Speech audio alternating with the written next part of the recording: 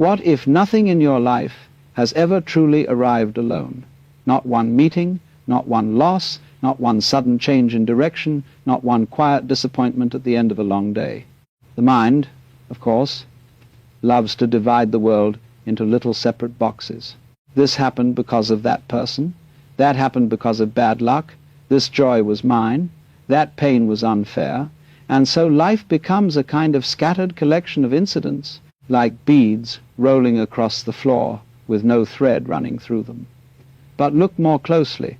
Perhaps every bead is already strung upon a hidden line. This does not mean that some grand theatrical director is sitting behind the clouds, moving you about like a puppet and arranging your heartbreaks for dramatic effect. That would be too simple and rather too human a picture. It means something subtler. It means that life is not made of isolated fragments. Everything leans on everything else. Every event is born from causes, conditions, memories, habits, choices, accidents, weather, timing, history, and the invisible currents of other lives touching yours. Nothing appears out of nowhere. A flower does not bloom because it suddenly decides to be poetic.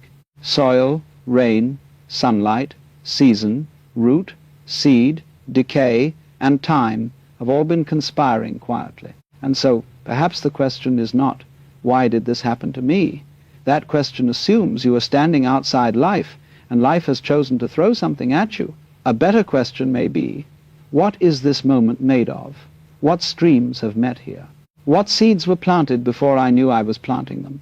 What old patterns have ripened? What conditions have gathered to produce this exact experience, this breath, this thought, this ache, this opening? This is not a cold way of looking at life. It is actually a very intimate one. It says that nothing is disconnected from anything else. You are not a lonely little object being pushed around by a foreign universe. You are one movement within the whole movement, one wave rising in a sea that has never been divided. The wave may say, "This is my rise, my fall, my foam, my shining moment in the sun," but the ocean smiles, because the wave has never been separate enough to own any of it. And yet we forget this. We forget, and then suffering begins to harden. We imagine ourselves as separate selves moving through a world of external events. And once that illusion is believed, every change feels like an invasion. Every loss feels like a personal insult. Every delay feels like the universe refusing to cooperate with our private script. We say, this should not be happening, as though life had signed a contract to obey our preferences. But life has made no such agreement. Life is more like a river than a machine. It does not move according to your demand for fairness, permanence, or explanation. It flows according to conditions. A stone placed here changes the current there. Rain upstream changes the depth downstream. A branch falls, the water bends, the pattern shifts. Nothing is random, and yet nothing is rigidly controlled. It is all unfolding, all responding, all participating. This is where the ancient wisdom of impermanence begins to whisper. Everything changes, not as a punishment, not as a flaw in the design, but as the very music of existence. Your body is changing while you listen. Your thoughts are changing.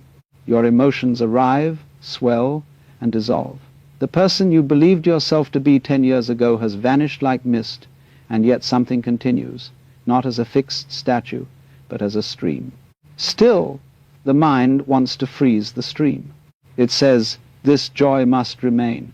This pain must leave immediately. This identity must be preserved. This relationship must not change. This version of me must be defended. And there, in that demand, suffering begins. Not in the changing itself, but in the insistence that change should stop. Have you ever tried to hold water tightly in your hands? The stronger the grip, the faster it slips away. But if the hands soften, a little water remains, shimmering for a moment in the palm. Life is like that. It can be touched, tasted, loved, lived, but it cannot be possessed. The moment you demand that it remain exactly as it is, you turn music into anxiety. This does not make life meaningless, quite the opposite. Because nothing lasts, everything becomes precious.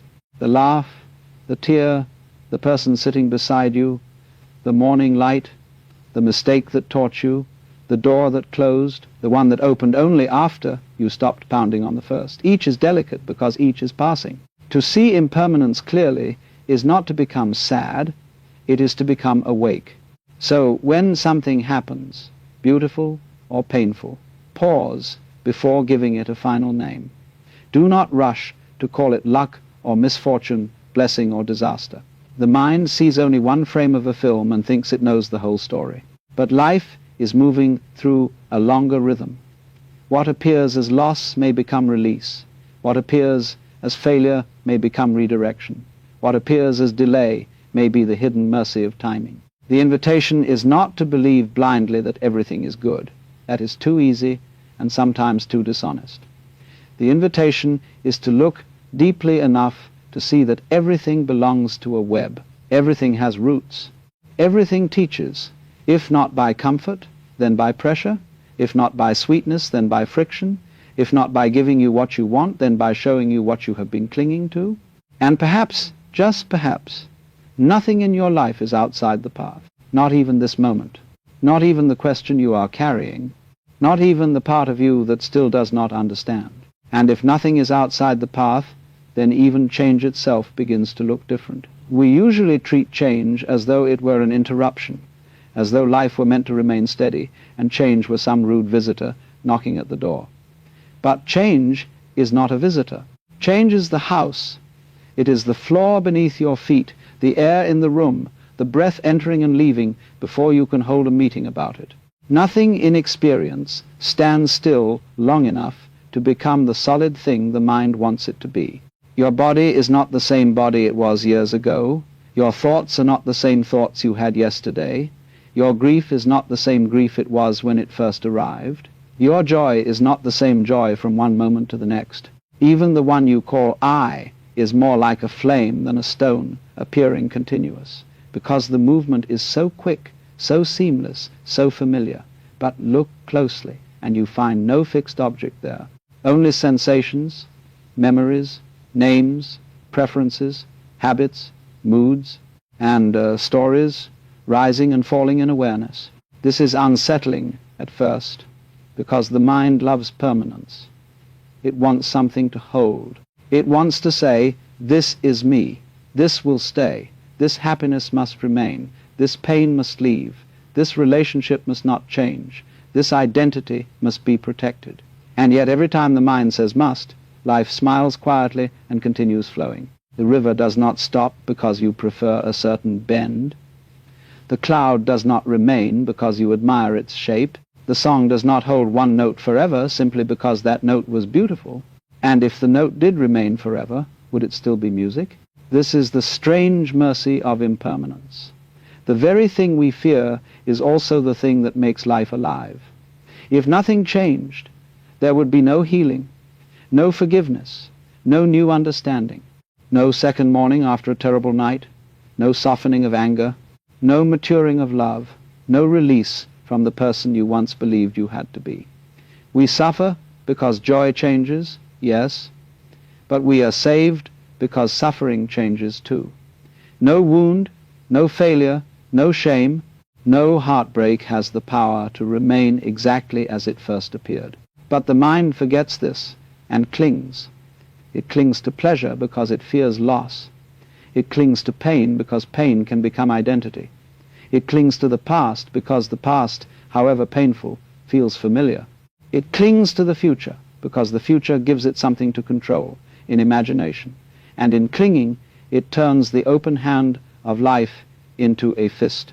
Have you ever noticed how quickly a beautiful moment becomes anxious the moment you try to keep it? A sunset is simply a sunset until the mind says, I wish this would never end. A loving conversation is simply warmth until the mind says, what if this changes? A peaceful afternoon is simply peace until the mind begins guarding it like a possession. The fear of losing the moment enters the moment and quietly steals the simplicity from it. So the wisdom is not, do not enjoy.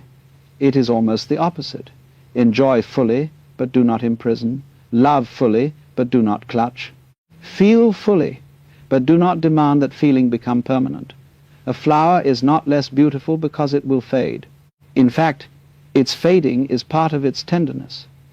The fragile nature of things does not make them worthless. It makes them intimate. A tree does not argue with autumn. It does not cling to every leaf and say, "Without these I will not know myself." It releases, not because it is indifferent, but because release is part of its life, and when the leaves fall, the tree is not destroyed. It becomes quiet, it waits, it trusts the hidden work beneath the visible world. Human beings, however, often confuse release with death. We think that if a role changes, we are lost. If a relationship changes, love has failed. If an old version of ourselves dissolves, nothing will remain. But what remains is often more true than what fell away. This is why impermanence is not a pessimistic teaching. It does not say everything passes, so nothing matters. That is only the disappointed voice of attachment speaking. The deeper insight says, everything passes, so meet it now. Everything changes, so do not sleep through it. Everything is temporary, so stop waiting for life to become permanent before you allow yourself to be present. Presence is the only way to love what cannot be held. When you truly see change, not merely as an idea, but as the rhythm of everything, you begin to stop arguing with reality. Pain comes, and instead of saying, "This must not be," you may say, "This too is moving." Joy comes, and instead of trying to secure it, you may say, "This too is a gift passing through." Fear comes, anger comes, confusion comes, tenderness comes, and all of them are known as weather, not as the final sky. And then a certain lightness enters, not because life has become predictable, it has not. Not because everything becomes pleasant, it does not. But because you are no longer demanding from life what life has never offered, the freezing of the river, the permanence of the cloud, the stillness of the flame. You begin to move with things. This movement is not weakness, it is wisdom. To flow with life does not mean you never act. A river acts, it carves valleys, it carries stones, it finds the sea. But it does not act from resistance to its own nature. It does not condemn itself for bending. It does not believe a detour is a failure. It moves because movement is what it is. And perhaps the same is true of you. Beneath the tension of identity, beneath the old demand to hold everything together, there is a deeper movement already happening. Life breathing you, life thinking through you, life learning, losing, loving, beginning again. You are not a fixed statue placed in the world. You are a living current within the whole unfolding. So let the moment change. Let the old self loosen. Let the leaf fall when it is time.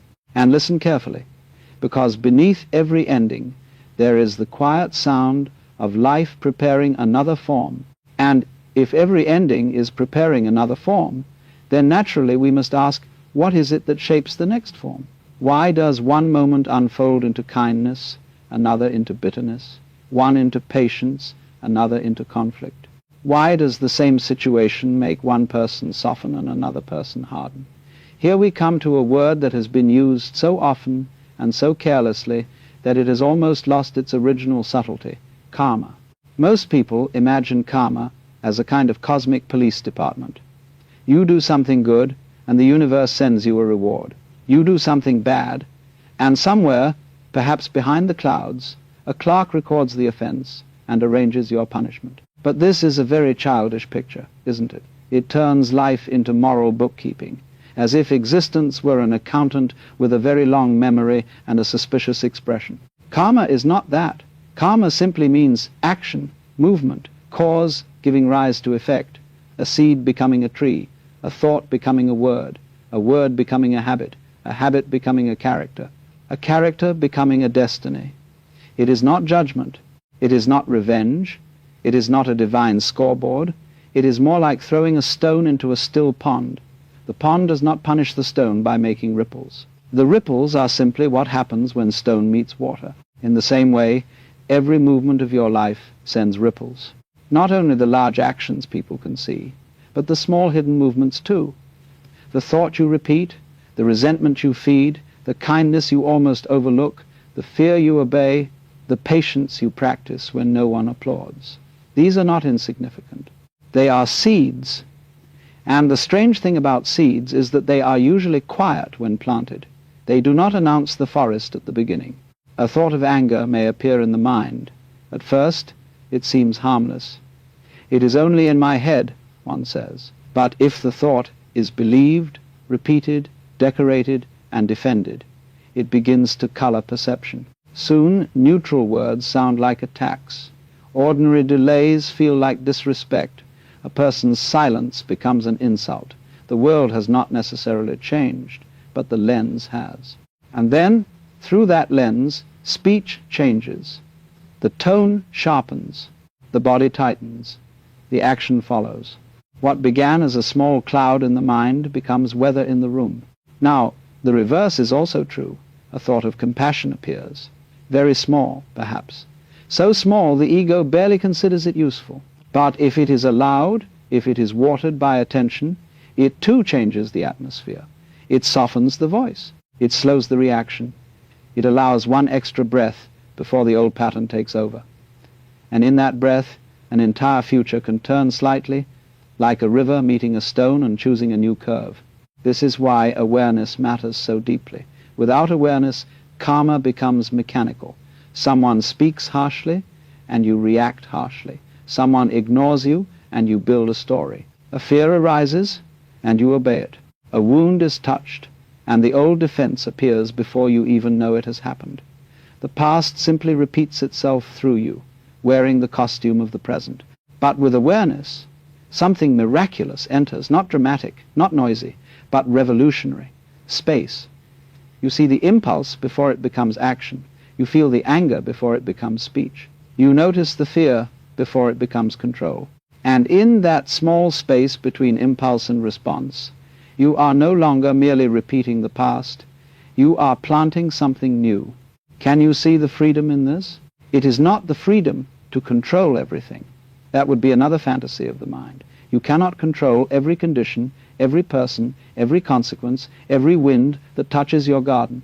But you can begin to see what you are planting.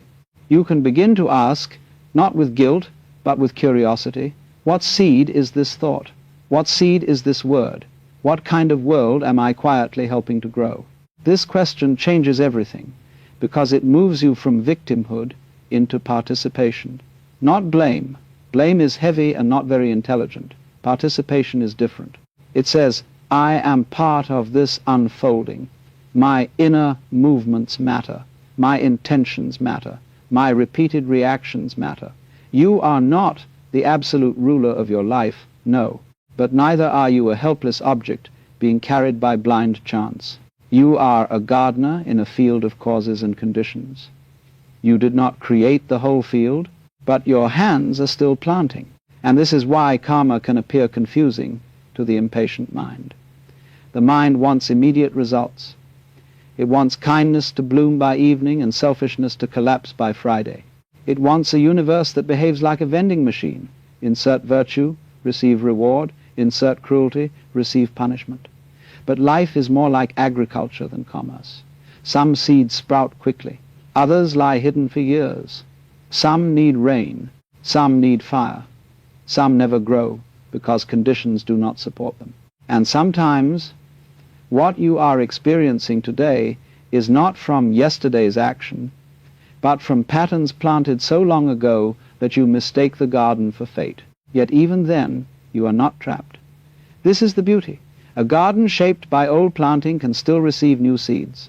The soil may be difficult, the weeds may be thick, the weather may not obey you, but the possibility of a new movement is always present in this moment. A kinder word, a more honest silence, a pause before reaction, a refusal to feed the old anger, a willingness to see clearly rather than defend blindly. These may seem small, but only the impatient mind despises small things. Rivers are made of drops. Habits are made of repetitions. Peace is made of tiny moments in which the old violence is not continued. Karma is not asking you to become perfect. It is inviting you to become conscious. And consciousness begins here with what is happening now, not in some distant spiritual future, not after you have solved your personality, not after life becomes fair enough to satisfy your philosophy. Here, in the next thought you choose to believe. In the next word you allow to leave your mouth, in the next action that either continues the old pattern or opens a new one. So the question is no longer only, why is this happening? The deeper question is, what am I setting in motion now? Because the stone is always touching the water, and the ripples are always moving outward. And if the ripples are always moving outward, then we must face something the mind finds very difficult to accept. Life does not always appear fair from the small window through which we see it. You may plant kindness and still meet pain. You may speak honestly and still be misunderstood. You may watch someone careless, selfish, even cruel, seem to prosper, while someone gentle struggles quietly in the shadows. And immediately the mind rises in protest. This cannot be right. This cannot be the way things should work.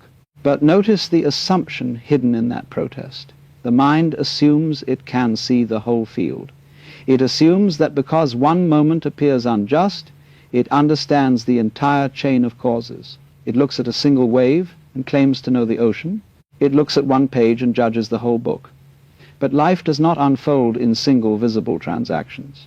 It unfolds in layers, seasons, inheritances, habits, intentions, accidents, choices, and conditions so interwoven that no ordinary mind can reduce them to a simple equation. This is why karma is often misunderstood. The impatient mind wants karma to be immediate and obvious. It wants kindness to produce comfort at once, and cruelty to produce collapse by sunset. It wants life to operate like a shopkeeper. Pay here, receive there. But the unfolding of cause and effect is more like the growing of a forest. Some seeds are planted by you, some were planted before you arrived, some are watered by the people around you. Some lie dormant beneath the soil for years, waiting for a certain weather. Some never bloom because the conditions are not there, and some, quite unexpectedly, grow into shade you did not know you would need. So when life appears unfair, perhaps the first wisdom is not to rush to conclusion, not to say, this proves there is no order, nor to say, this person deserves this, or that person deserves that. These judgments are often too small for the mystery they are trying to contain. The more honest response may be quieter, I do not see the whole web. And this humility is not weakness, it is accuracy. Yet this does not mean you become passive. It does not mean you shrug at suffering, or excuse harm, or pretend that injustice is beautiful. No, it means you stop demanding that reality becomes simple enough for your outrage to feel complete. You act where action is needed. You protect what must be protected. You speak when speech is called for. But you do so without the illusion that your small moral arithmetic can measure the total movement of life. There is a great difference between responsibility and blame. Blame says, this is entirely your fault. Responsibility says you are participating. Blame freezes the person into guilt. Responsibility invites the person back into movement. Blame looks backward and becomes heavy. Responsibility looks clearly at the present and asks, what now? What can be planted now? What pattern can be interrupted now? This distinction matters deeply, because when people hear that life is shaped by cause and effect, they often become afraid. They think, then all my pain must be my fault. But this is not wisdom. It is another form of ego, strangely inverted. The ego likes to be the center, even when the center is suffering. It says, I caused everything. I am to blame for everything. But life is not so narrow. You are one participant in a vast field of conditions. Your past actions matter, yes. Your thoughts and intentions matter. But so do history, family, culture, weather, bodies, timing, other people's choices, and the countless invisible currents that meet in every moment. You are not guilty for the whole ocean, but you are responsible for the way you move as a wave. This is liberating when understood properly. It means you need not carry the impossible burden of controlling life, but you also need not collapse into helplessness. Between control and helplessness there is participation, and participation is where freedom lives. Perhaps you cannot change what has already ripened. The fruit is on the branch. The result has appeared. The conversation happened. The loss arrived. The door closed. The pain moved through. But even then, something remains open: the quality of your response. Will you add bitterness to pain or awareness? Will you add violence to confusion or patience? Will you make suffering into an identity or let it become a teacher? This is not always easy. Sometimes the old reaction is quick. Sometimes the body burns before wisdom can speak. But even noticing this is already a new seed. In this way, every moment becomes a point of entry, not a grand spiritual doorway surrounded by golden light, but something much smaller and more practical. The pause before replying, the breath before judging, the softening before repeating the old story, the willingness to see that anger is forming, fear is forming, pride is forming, and that none of these must automatically become speech or action. This is how the future is quietly altered, not by dramatic declarations, not by becoming a perfect person overnight, but by changing the direction of one small ripple, and then another, and then another.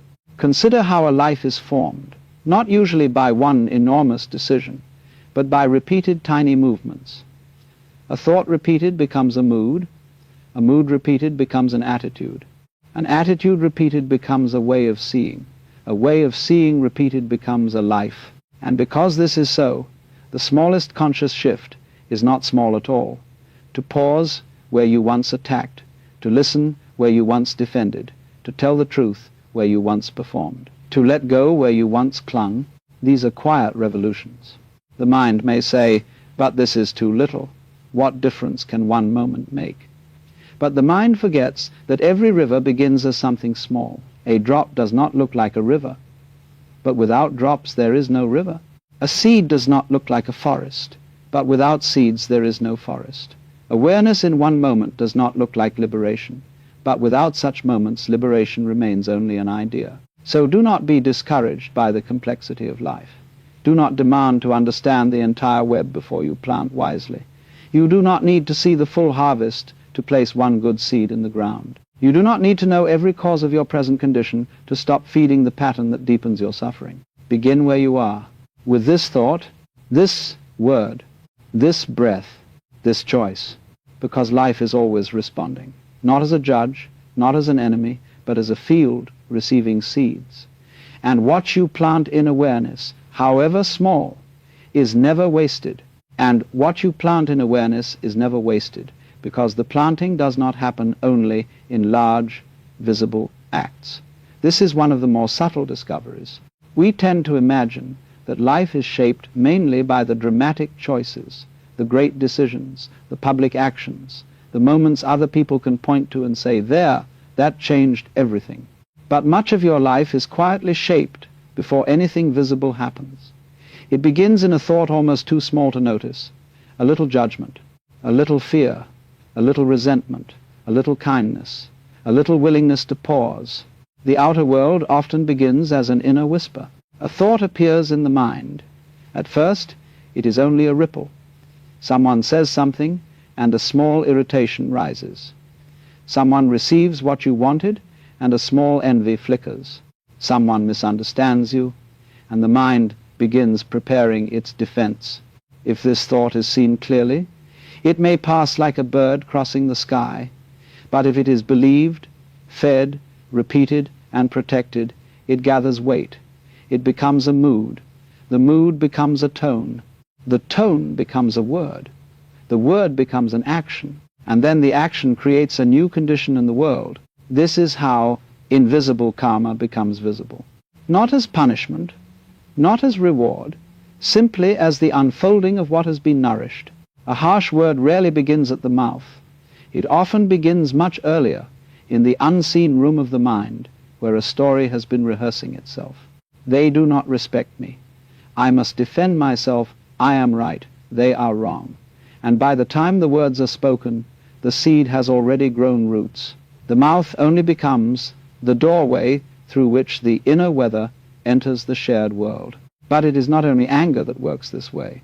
Compassion also begins quietly. Patience begins as a small space before reaction. Understanding begins as a willingness to wonder what pain might be speaking through this person. Gratitude begins as a simple noticing of what the hurried mind was about to ignore. These little movements may seem private, but nothing is truly private in the way the ego imagines. The atmosphere inside you becomes the atmosphere around you.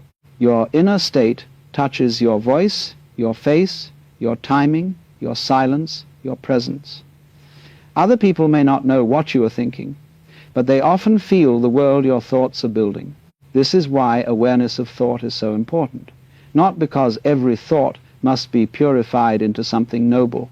That would become another anxious project. Thoughts will come. Some will be generous, some absurd, some frightened, some unkind, some beautiful, some boring. The mind is like a sky through which all kinds of weather pass. The question is not whether weather appears. The question is whether you mistake every passing cloud for an instruction from heaven. Can you watch a thought without becoming its servant? This is where freedom begins to show itself. A thought of anger appears, and normally the chain is automatic. Anger becomes speech, speech becomes injury, injury becomes defense. Defense becomes distance. Distance becomes another story. And so the old wheel turns. But if awareness enters, even briefly, the chain is interrupted. Anger appears, yes. Heat rises in the body, yes. The old phrase comes to the tongue, yes. But there is a pause.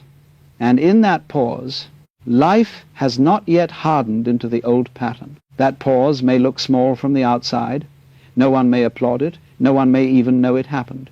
But in the unseen economy of the heart, it is enormous. It is the place where a past pattern fails to reproduce itself. It is the place where the river discovers a new curve.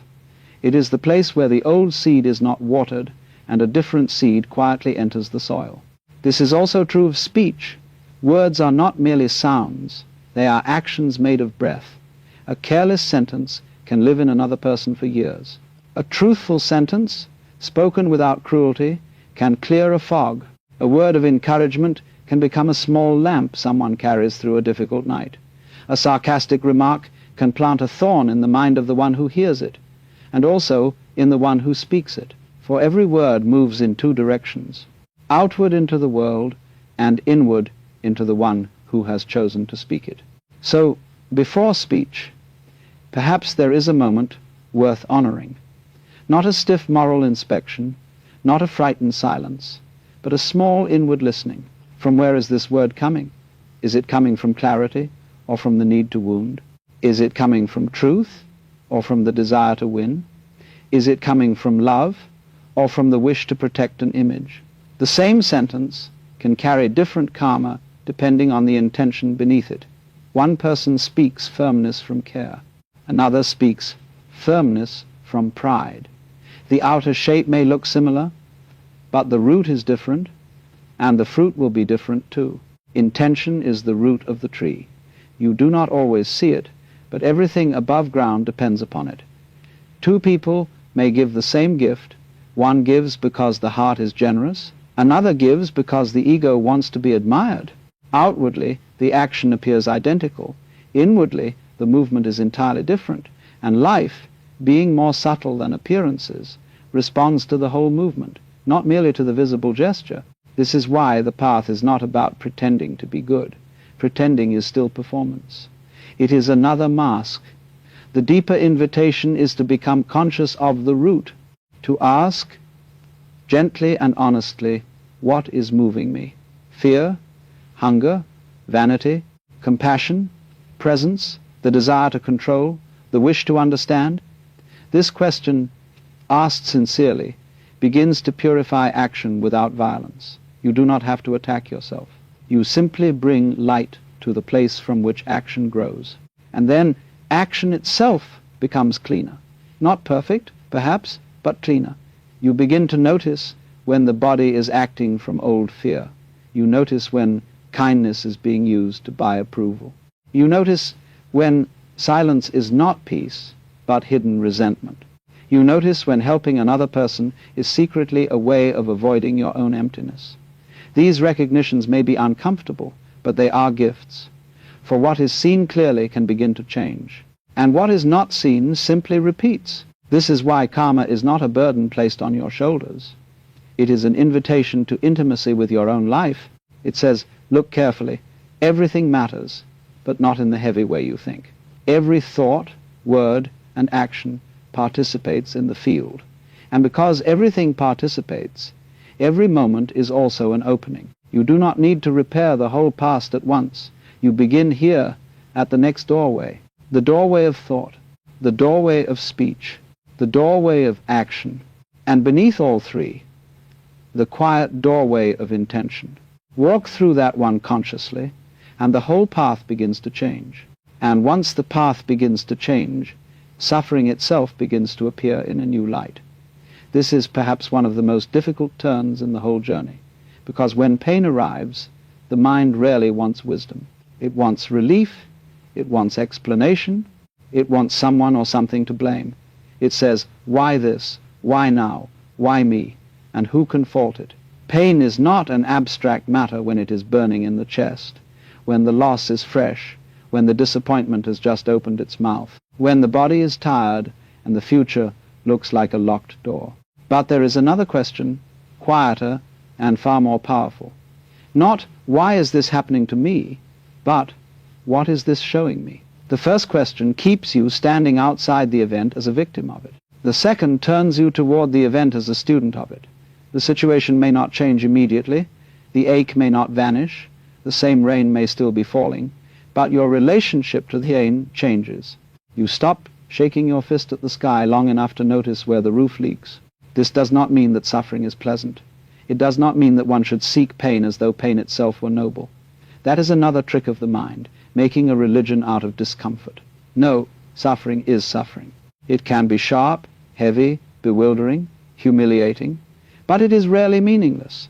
It carries information, it points, it reveals where you are clinging, where you are resisting, where an old pattern is repeating, where an expectation has been mistaken for reality, where the heart has been trying to possess what can only be loved. Think of anger. When anger rises, the usual movement is either explosion or suppression. One person throws it outward as flame, another pushes it inward and calls it peace. But awareness offers a third way. It asks, what is beneath this? Is there hurt under the anger, fear, shame, a feeling of being unseen, a desire to control what cannot be controlled? Suddenly anger is not merely an enemy to defeat, it becomes a doorway. Not a door you must worship, but one you may walk through carefully. And when you walk through it, you may find something surprising. The anger was guarding a wound, the jealousy was guarding insecurity, the resentment was guarding an old expectation that life should have unfolded differently. The anxiety was guarding an attachment to certainty. The sadness was guarding love that did not know where to go. In this way, suffering becomes a teacher, not a soft teacher, perhaps, not one who flatters your illusions, but an honest one. It points exactly where the knot is tied.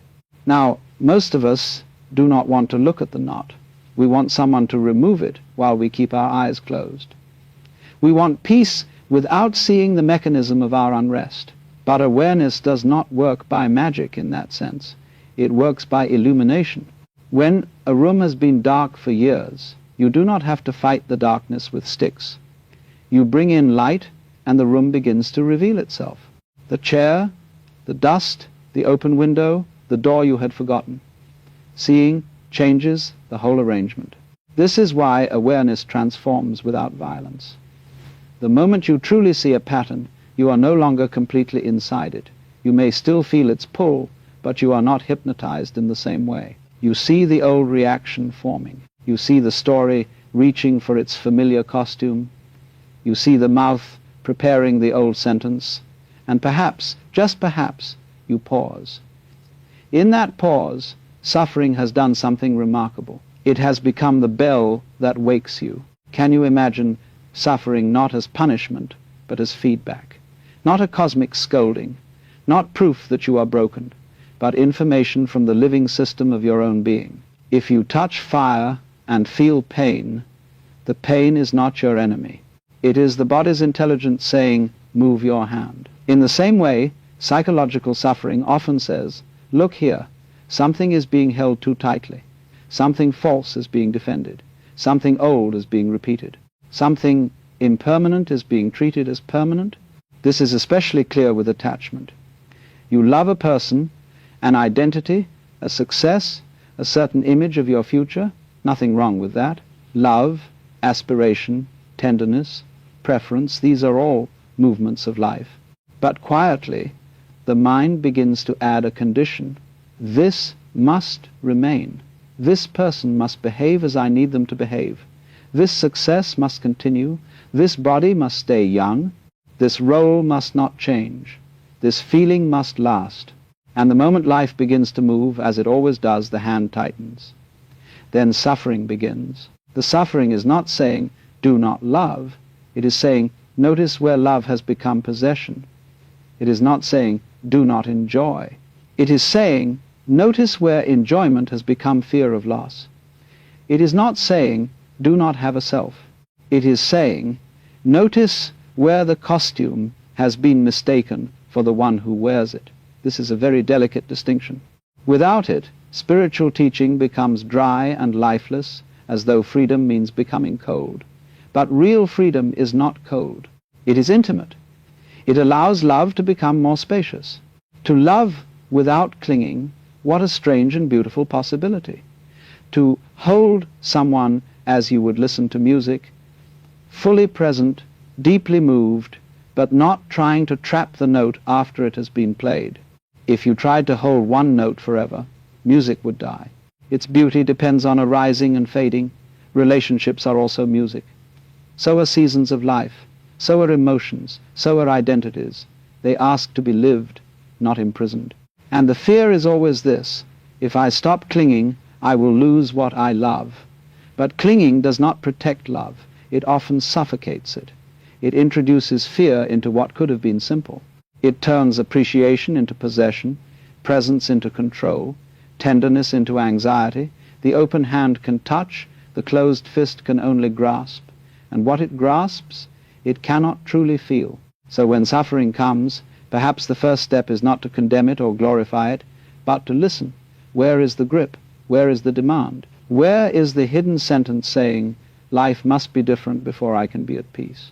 And as this is seen, not as an accusation, but as a discovery, the grip begins to soften by itself.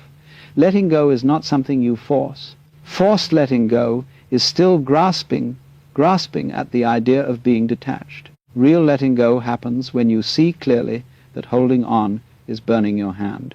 Then suffering has served its function. It has not defeated you. It has shown you where freedom is asking to enter. And when freedom begins to enter, it often enters through a door we do not like very much: acceptance. Now this word is easily misunderstood. People hear acceptance and imagine surrender in the weakest sense, as though one were lying down before life and saying, do whatever you want with me. But true acceptance is not resignation. It is not passivity. It is not indifference. Acceptance is simply the courage to see clearly what is already here, before the mind begins its argument. Most of our suffering is not caused only by the event itself, but by the resistance that gathers around it. Something happens, and immediately the mind says, no, this should not be. This should be different. This person should not have said that. This door should not have closed. This feeling should not be here. This pain should have ended by now. And then there are two pains: the original pain and the pain of fighting the original pain. The first may be unavoidable. The second is created by the mind's refusal to bow to the fact that the moment has already arrived. Imagine standing in the ocean and pushing against the waves, demanding that they stop moving because you are tired. The ocean does not become cruel by continuing.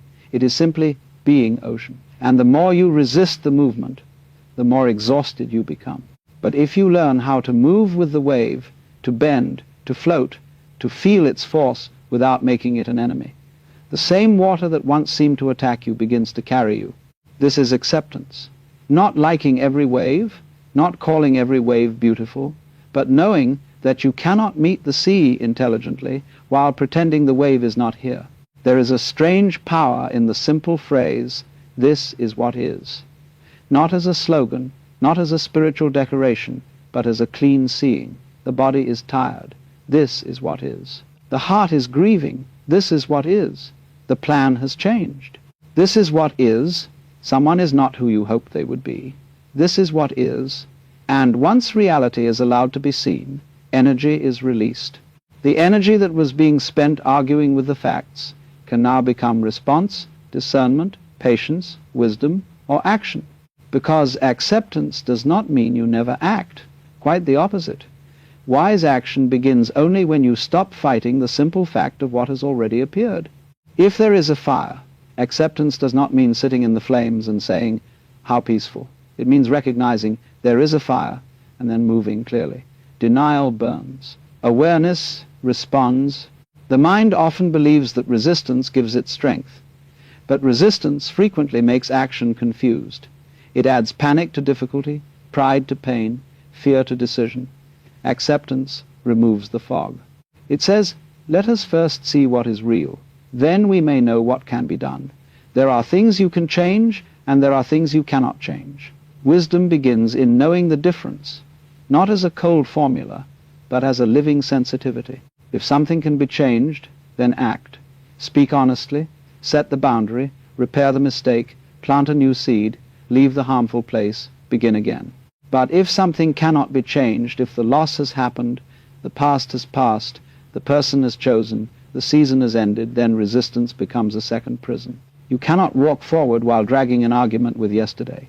This is why the old Zen story of the farmer is so useful. A horse runs away, and the neighbors call it bad luck. The farmer says, maybe.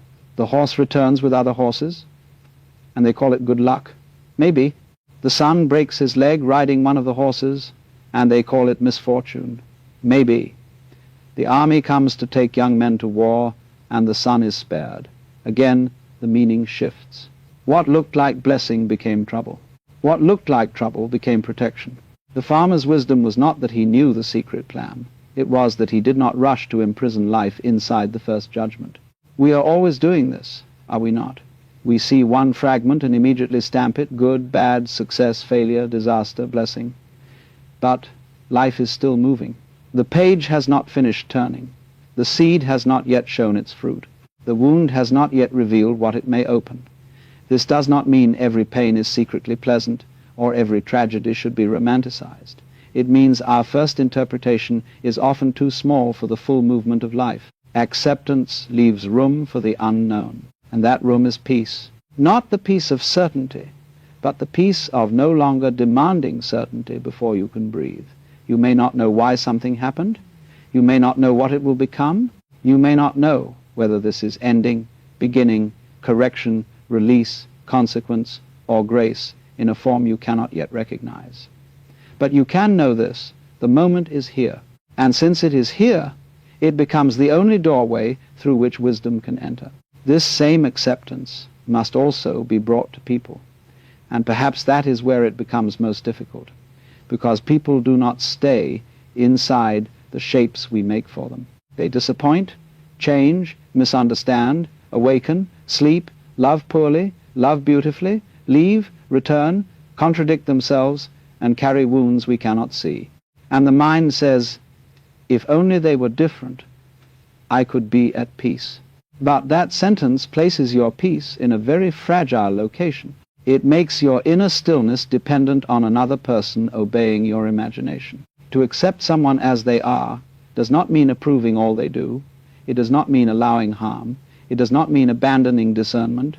It means simply this: I see that this is where they are.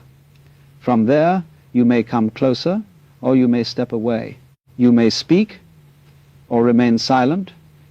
You may forgive inwardly, while still keeping distance outwardly. But you are no longer exhausting yourself trying to force a person into a version of themselves they are not yet ready or willing to become. And then, perhaps most importantly, this acceptance must turn inward. For the person you resist most often is not the difficult friend, the stubborn relative, the unpredictable stranger. It is yourself. You say, I should not feel this. I should know better. I should be further along. I should be calmer, wiser, stronger, purer by now. And in this way, the inner world becomes a battlefield. One part of you attacks another part, and then you wonder why there is no peace. But transformation does not grow well in hatred. A plant does not grow faster because you shout at it. It grows when there is light, soil, water, and space. In the same way, self-understanding creates the conditions for change. Self-rejection creates fragmentation. When you say, "This is where I am," without adding condemnation, you are not giving up. You are finally standing on the ground from which real movement can happen. So acceptance is not the end of growth. It is the beginning of honest growth. It is the place where the war against reality stops long enough for intelligence to speak. And from that stillness, you begin to discover that peace is not found by forcing life to fit your expectations. Peace is found by meeting life clearly, exactly where it is, and moving with it from there. And this is where the whole teaching becomes very simple, though not necessarily easy. Peace is not found by forcing life to become still. Peace is found when you stop demanding that the river stop being a river. For so much of life, we imagine serenity as a condition that will arrive only when everything finally obeys us, when the people around us understand, when the future becomes secure, when the body feels exactly as we wish, when the mind stops producing inconvenient thoughts, when all unfinished business is neatly folded and placed in the correct drawer. Then we say, perhaps I will be at peace. But that day never comes, does it? Or if it comes for a moment, it passes, because passing is what moments do. So if peace depends on controlling the entire arrangement of circumstances, peace will always be fragile. It will be like a candle outdoors, trembling at every breeze. And then your whole life becomes a desperate attempt to protect the flame from the weather, forgetting that there is a deeper light that does not depend on the weather at all. This deeper peace is not the absence of movement. It is the willingness to move with what is moving. It is not a frozen lake. It is a river that has stopped arguing with its own current. It is not a life without pain, uncertainty, change, loss, or surprise. It is a life in which these things are no longer treated as proof that something has gone wrong with existence. Can you see the difference? The ordinary mind says, when things settle down, I will relax. Wisdom says, relax, and then meet what is here more clearly. The ordinary mind says, when people change, I will be kind. Wisdom says, be clear now, and from clarity decide how close or far you must stand. The ordinary mind says, when I understand why this happened, I will accept it. Wisdom says, accept that it happened, and understanding may come in its own season, or perhaps not at all. This is not defeat, it is maturity. A tree does not understand every wind that passes through its branches. It bends, it grows rings, it loses leaves, it receives spring when spring comes and winter when winter comes. And somehow, without philosophy, it participates perfectly in the whole movement. We, with our large brains and small anxieties, often do the opposite. We demand explanations from every gust before we will allow ourselves to sway. But life does not give itself to us as a finished explanation. It gives itself as experience. Breath by breath, meeting by meeting, loss by loss, seed by seed, and each moment asks not, have you solved me, but can you be awake with me? This is a very different question. To solve life would mean standing outside it. To be awake with life means recognizing that you were never outside in the first place. Everything we have looked at returns to this. Impermanence shows that nothing can be held. Karma shows that every movement participates in the unfolding. Intention shows that the root matters as much as the visible branch. Suffering shows where the grip has tightened.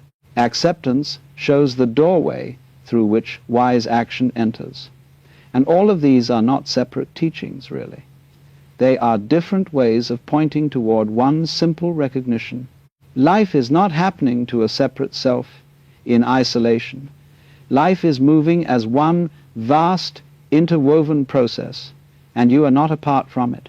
So what does this mean tomorrow morning when the teaching is no longer an idea, but the alarm clock rings, the body is tired, the message has not been answered, the old fear returns, the work remains unfinished? It means you begin there.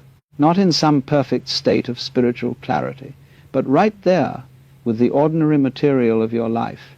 You notice the thought before obeying it, you feel the emotion without immediately becoming its servant, you speak one word with more care, you plant one small seed of patience. You accept one fact that has already arrived. You release one argument with reality. And this is enough. Not enough in the sense that everything is finished, but enough in the sense that the path is always entered through the step beneath your foot. People imagine transformation as a great explosion of light, but often it is much quieter. A softer response where there used to be anger, a breath where there used to be panic, a boundary where there used to be resentment, a moment of honesty where there used to be performance, a willingness to say, this is what is, and then move from there. The garden changes this way. The river changes this way. A life changes this way. And perhaps, after many such moments, you begin to trust the unfolding without needing to control every pattern within it. You still act, you still choose, you still care. But care no longer has to become clinging. Action no longer has to become force. Responsibility no longer has to become blame. Love no longer has to become possession. You begin to live with open hands, not because nothing matters, but because everything is too alive to be held in a fist. There will still be pain. Let us not pretend otherwise. But pain need not become bitterness. There will still be change. But change need not become terror. There will still be uncertainty. But uncertainty need not become paralysis. There will still be people who do not become who you hoped they would be. But their reality need not steal your peace. There will still be old seeds ripening, but new seeds can be planted now. Always now. This is the quiet mercy of the path. No matter how long a pattern has been moving, awareness can enter. No matter how many times you have reacted unconsciously, a pause can appear. No matter how tangled the past may seem, this moment is not merely a prison built by yesterday. It is also a doorway into what has not yet been planted. So do not ask life to become simple before you become awake. Do not wait for the river to straighten before you learn to flow. Do not demand that every wave explain itself before you allow yourself to move with the sea. Simply begin here. With this breath, this thought, this word, this small intention. And perhaps, in time, you will see that everything did happen for a reason, not always the reason the ego wanted, not always a reason the mind can summarize neatly, but as part of a web so intimate, so vast, so alive, that even your confusion was included in the path. And when this is seen, peace is no longer something you chase. It is the way you walk. There comes a time when even your will begins to tremble. You've been pushing for so long that you can't quite remember what it felt like not to. Every morning you wake up and there is that quiet command inside your head to try again, to improve, to hold yourself together. You tell yourself you have no choice, that stopping would mean failure, that rest must be earned, but somewhere deep down, you can feel that you're becoming tired in a different way now. Not the tiredness that sleep fixes, but the kind that touches your bones, the kind that whispers, enough. Most people believe exhaustion comes from doing too much, but that's not quite true. It comes from doing what was never really yours to do. It comes from carrying identities that don't fit, from keeping promises you never actually made, from fighting to be someone you think you should be. Life was never meant to feel like constant resistance, yet somehow we've turned even peace into a project. The modern mind has made effort into a virtue. We are told that every good thing must be earned: happiness, love, rest, even awakening. You must meditate correctly, breathe correctly, forgive correctly, live correctly. But this idea of correctness is precisely what keeps you tense. You start to treat existence like an exam, checking whether you're passing or failing at being alive. And the more you check, the more life slips through your fingers. There's a story I like about a man who went to a wise teacher and said, "I want to be at peace." The teacher smiled and said, "Drop the I, that's ego. Drop the want, that's desire. What's left?" The man sat in silence for a long while. What was left was peace itself. You see, it's not that you don't know how to rest. It's that you've forgotten that resting doesn't require permission. The tree doesn't negotiate with the wind before it sways. The river doesn't ask if it's flowing correctly. Only the human mind questions its right to be at ease. When you've been trying for too long, your own being begins to rebel. That rebellion doesn't come as anger or loudness. It comes as numbness, as disinterest, as quiet fatigue. The body begins to slow down. The spirit stops answering your ambitions, and everything feels dull. You call it burnout, but it's really honesty. It's life saying, I cannot pretend anymore. And yet, even here, the habit to strive continues.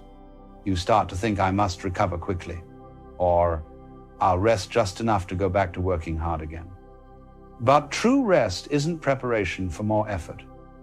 True rest is the recognition that effort was never needed. You have been breathing life as though it were a job. You've been trying to keep the rhythm going, believing that if you stop, something terrible will happen. But life has been breathing you all along. When you stop forcing, the breath continues. When you stop controlling, the heart still beats. This is the beginning of understanding that trying is not the same as living. There's a strange beauty in realizing that you don't have to keep the world spinning. It spins on its own. You don't have to hold everything together. The universe already knows how. Think about a flower. It does not strain to bloom. It doesn't calculate when to open. It feels the warmth of the sun, and something inside it simply unfolds. That's what you are not the one making things happen, but the one being unfolded by life itself. So when you find yourself exhausted but unable to stop trying, you can begin by simply watching the trying. Don't try to quit trying, just notice it. Watch how the mind says, keep moving, keep fixing, keep improving, and see it as a habit, not a truth. In that watching, something miraculous happens. Awareness itself begins to rest. You realize that effort is a kind of resistance, a way of saying, life, you are not yet good enough. But what if life never needed to be improved? What if the moment you stop resisting it, it already becomes perfect, not in the moral sense, but in the whole sense? Trying to perfect life is like polishing a wave. The more you touch it, the more it scatters. When you stop meddling, the surface of the water becomes clear again, and in that clarity, you finally see what was always there, yourself, not as a worker or a seeker or a struggler, but as awareness itself. Awareness is effortless. It doesn't need to maintain itself. It doesn't wake up in the morning and say, I must continue being aware. It simply is. And that's the truth of who you are. You are not the effort, you are the space in which effort happens. The exhaustion you feel isn't a failure, it's a doorway. It's the body's way of guiding you home. It says, come back, stop running, nothing is chasing you. And when you listen to that invitation, something shifts quietly inside. The muscles unclench, the breath deepens, the mind stops asking what comes next. For a few brief moments, you're not a project, not a person trying to become. And when you listen to that invitation, something shifts quietly inside. The muscles unclench, the breath deepens. The mind stops asking what comes next. For a few brief moments, you're not a project, not a person trying to become. You're simply being. And that simple being, unadorned and unforced, is what you've been searching for all along. You don't have to earn rest. You are made of it. You don't have to deserve peace. You are already peace, temporarily disguised as a tired human being trying to remember where it went. When you understand that, the world doesn't need to change for you to rest. The circumstances don't have to improve. The people around you don't need to behave differently. You just have to stop holding your breath long enough to remember that life is not waiting for you to catch up. It has been carrying you the entire time. The beauty of surrender is that nothing actually stops. Everything continues, but without strain. You still work, you still love, You still face challenges, but they flow through you instead of against you. You begin to act from ease rather than toward it. And that, perhaps, is the quiet secret of all spiritual exhaustion. It isn't a curse. It's the universe's way of making you tired of pretending that you are in control. There's a moment that comes after long fatigue when even thought becomes soft. The voice that once urged you forward begins to lose its conviction. It still speaks, but its words don't land quite the same way. You should be doing more, it says. But it sounds almost tired of hearing itself. You start to notice the absurdity of how long you've been obeying it. You remember the countless times you pushed yourself because you believed something waited at the end of the road, the perfect day, the perfect peace, the perfect version of yourself. But the further you went, the more you realized there was no finish line, only a looping horizon. Every goal melted into the next one, and the moment you reached what you thought would be relief, your mind whispered, just one more step. You see, the game of self-improvement never ends because it feeds on its own dissatisfaction. It survives by convincing you that who you are right now is not enough. And as long as you believe that voice, you will never rest, not even for a breath. So the first act of wisdom is not to conquer that voice, but to recognize it for what it is, habit. It is not life itself. It is the echo of a world that believes worth is measured by motion. Every culture has its myth of progress. In the modern one, progress became a moral duty. We build faster machines, we write longer lists, we measure success by the number of things done rather than the depth with which anything was lived. Even spirituality was infected by this fever. Meditation became another race, another ladder to climb. But awareness does not improve through struggle. It simply notices. The moment you see the trap, you are already free from it. Try this sometime. Sit for a few minutes and allow yourself to do nothing. Don't even call it meditation. Just sit. You'll notice almost immediately how the mind resists. It says, I should be using this time. I should be productive. Watch that urge as if it belonged to a stranger. You'll see that effort is not your nature, it's conditioning. When you stop obeying it, something ancient begins to breathe again inside you, the quiet intelligence of rest. Look at animals. They don't rest because they've finished their to-do list. They rest because the sun is warm, because the moment invites them. They act when there is movement, and they lie still when there isn't. That rhythm, that effortless alignment with the pulse of existence, is what humans once knew before they became afraid of stillness. To be still in this world is to appear useless, and nothing terrifies the ego more than uselessness. It thrives on proving itself. Yet usefulness is temporary, while being is eternal. When you let go of the need to prove your worth, you begin to rediscover wonder. You see how much of life you've missed by trying to justify your place in it. The color of the sky, the sound of your own breathing, the subtle hum of aliveness that has always been present, these return when striving subsides. And in that rediscovery, gratitude awakens. Not the kind you list in a journal, but the kind that happens wordlessly, like a flower opening at dawn. You don't say, I am grateful. You simply feel the quiet joy of existence. That joy does not depend on success or progress. It arises from the simple permission to be. When you understand that, even tiredness feels different. You no longer resent it. You let the body rest, the mind drift, and you see that exhaustion was never your enemy, it was your teacher. It came to show you the limits of control. It came to whisper, now, stop, you've done enough. You see, effort is not wrong. It's just not meant to be permanent. It's a wave that must fall back into the ocean. The problem begins when we try to hold the wave in place, when we try to live in perpetual crest. Life breathes in and out. There are times for expansion and times for surrender. The wise person does not cling to one or the other. They move with the rhythm as a dancer moves with the music. When you finally allow yourself to stop, you may feel fear at first, The silence can seem heavy. The stillness may feel like a void. But if you stay long enough, you realize the void isn't empty, it's full. Full of everything you were too busy to notice. Full of the pulse of being, the quiet hum of awareness itself. And then the most natural thing happens, energy returns.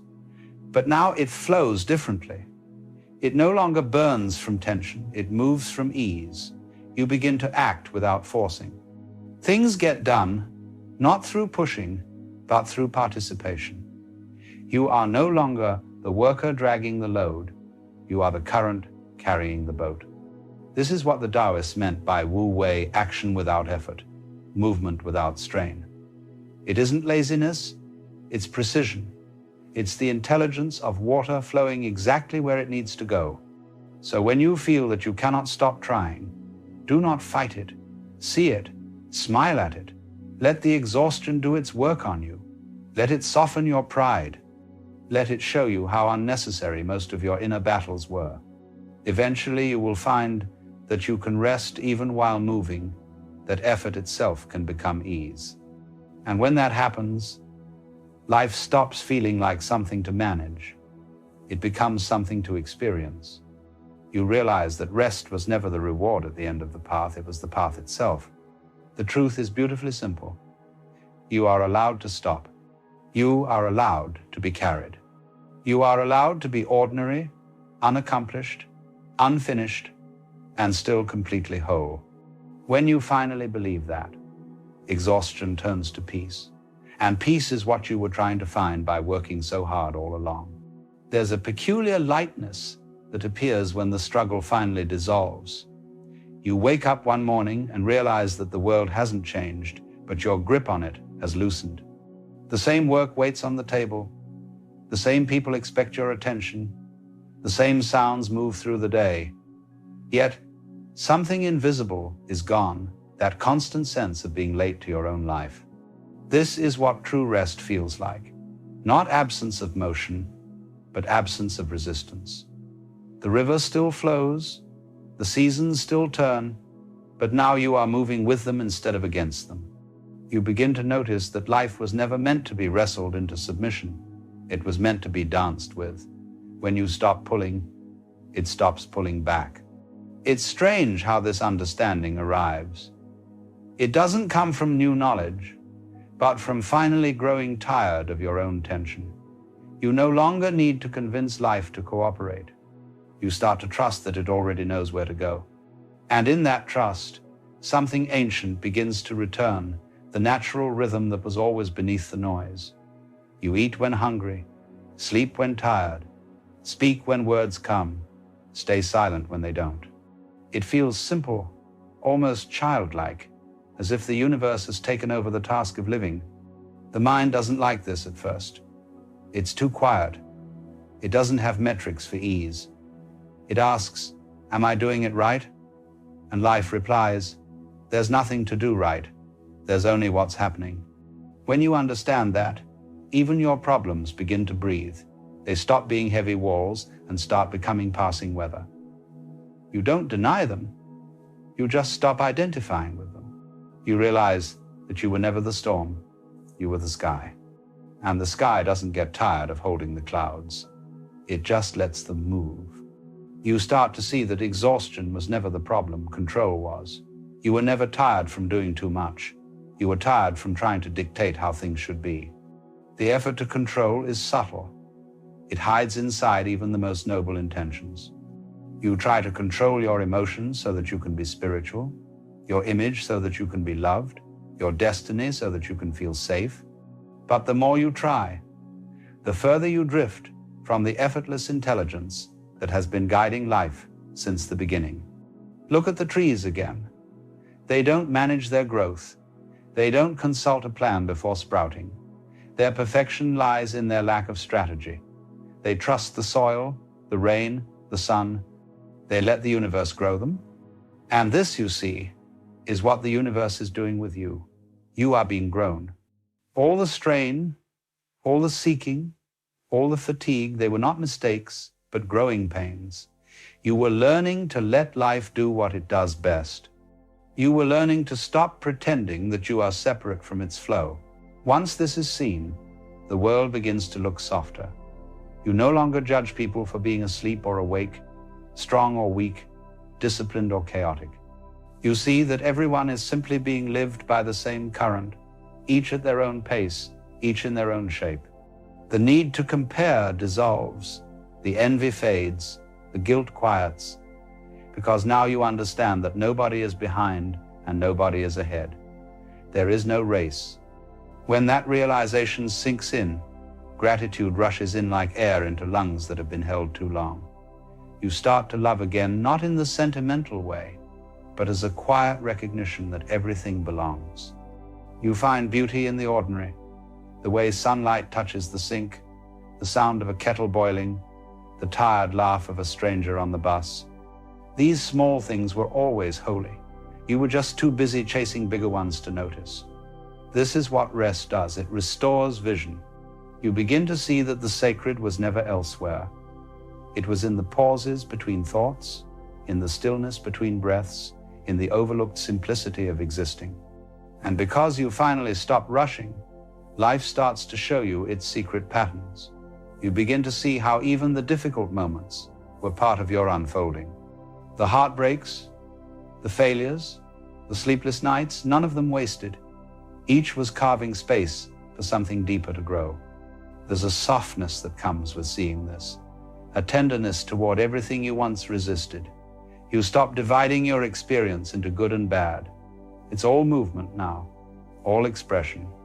Rest becomes your natural state, not because you avoid work or silence your ambition, but because you finally see that even effort can be effortless when it flows from being.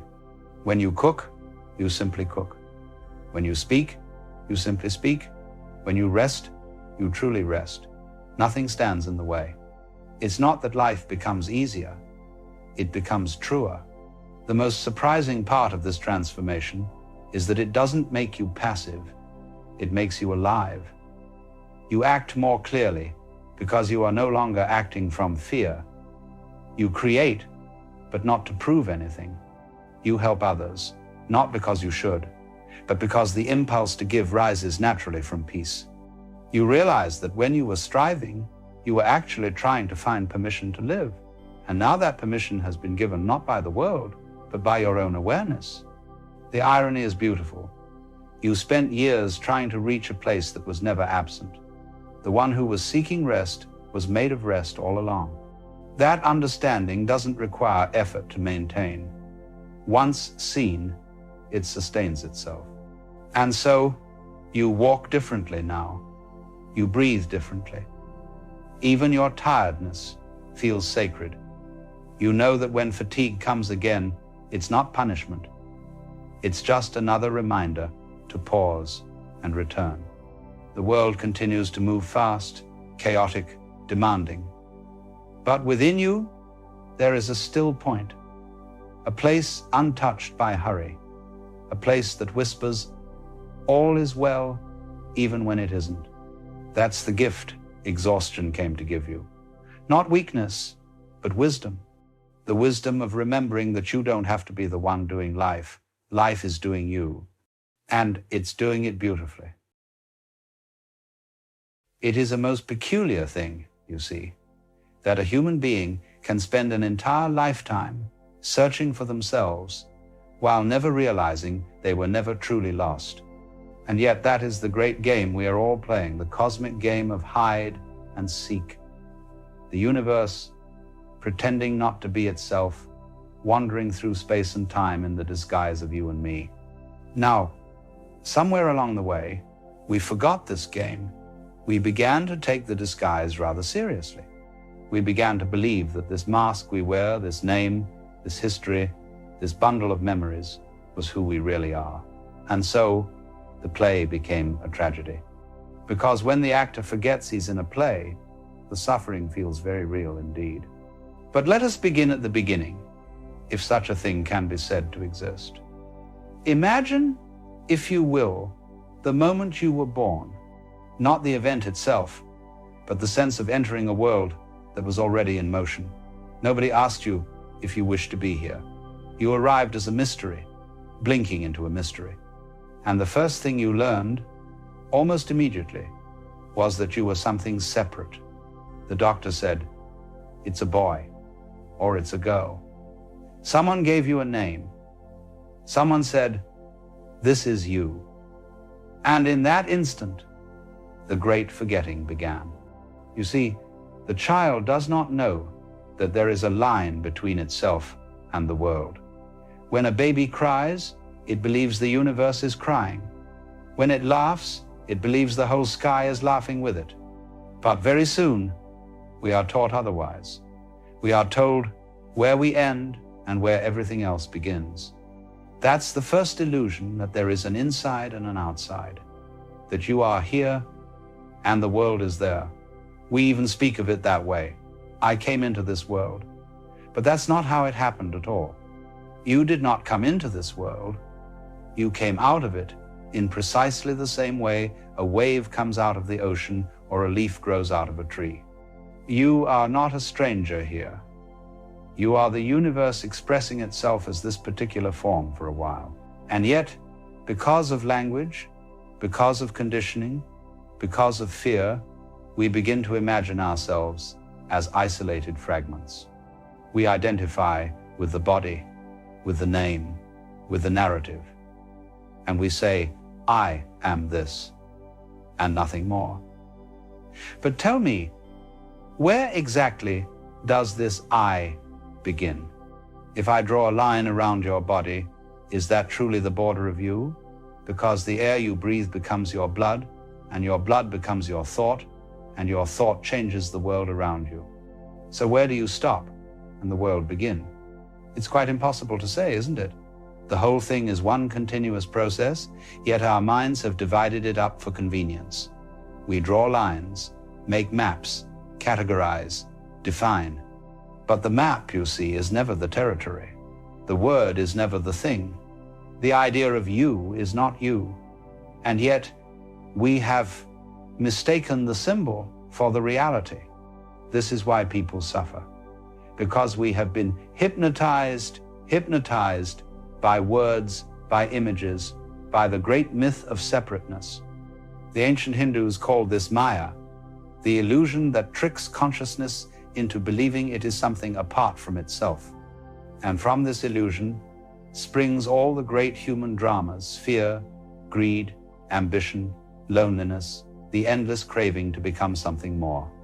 When you think you are a separate being, the universe becomes a threat. Everything outside is either something to be conquered or something to be avoided. You must protect yourself. You must compete. You must achieve. And so you spend your life struggling to survive, never realizing that the very energy of that struggle is the same energy that moves the stars. It is rather like a wave on the ocean trying not to be wet. The wave says, "I must maintain my shape, my identity. I must fight against all the other waves." And in doing so, it forgets that it is the ocean itself. You and I are doing exactly that. We have become obsessed with being somebody rather than simply being. Now, this forgetting is not a mistake. It's part of the game. The universe hides itself from itself so that it can experience the joy of rediscovery. The darkness is necessary for light to recognize itself. The silence gives meaning to sound. And in the same way, forgetting who you are is the prelude to awakening. But the tragedy of our modern life is that we've made the forgetting permanent. We have built entire civilizations around the idea of separation. We have systems that reward competition and punish stillness. We have machines that amplify distraction. We measure worth in numbers, and we mistake productivity for purpose. And so, the game has lost its laughter, the play has forgotten its script. You can see this in the way people live. They move as if haunted, always chasing, always becoming, never arriving. They think salvation lies in the next promotion, the next purchase, the next achievement. But every time they reach the next thing, it dissolves like mist, because what they are truly searching for cannot be owned, cannot be earned, cannot even be found, it can only be remembered. And so the question arises, who or what is it that has forgotten? Who is this I that believes it is lost? If you look closely, you'll find something extraordinary. You'll find that the one who seeks is the very thing being sought. You'll find that beneath all the noise and confusion, there is a silence watching everything. That silence is what you truly are.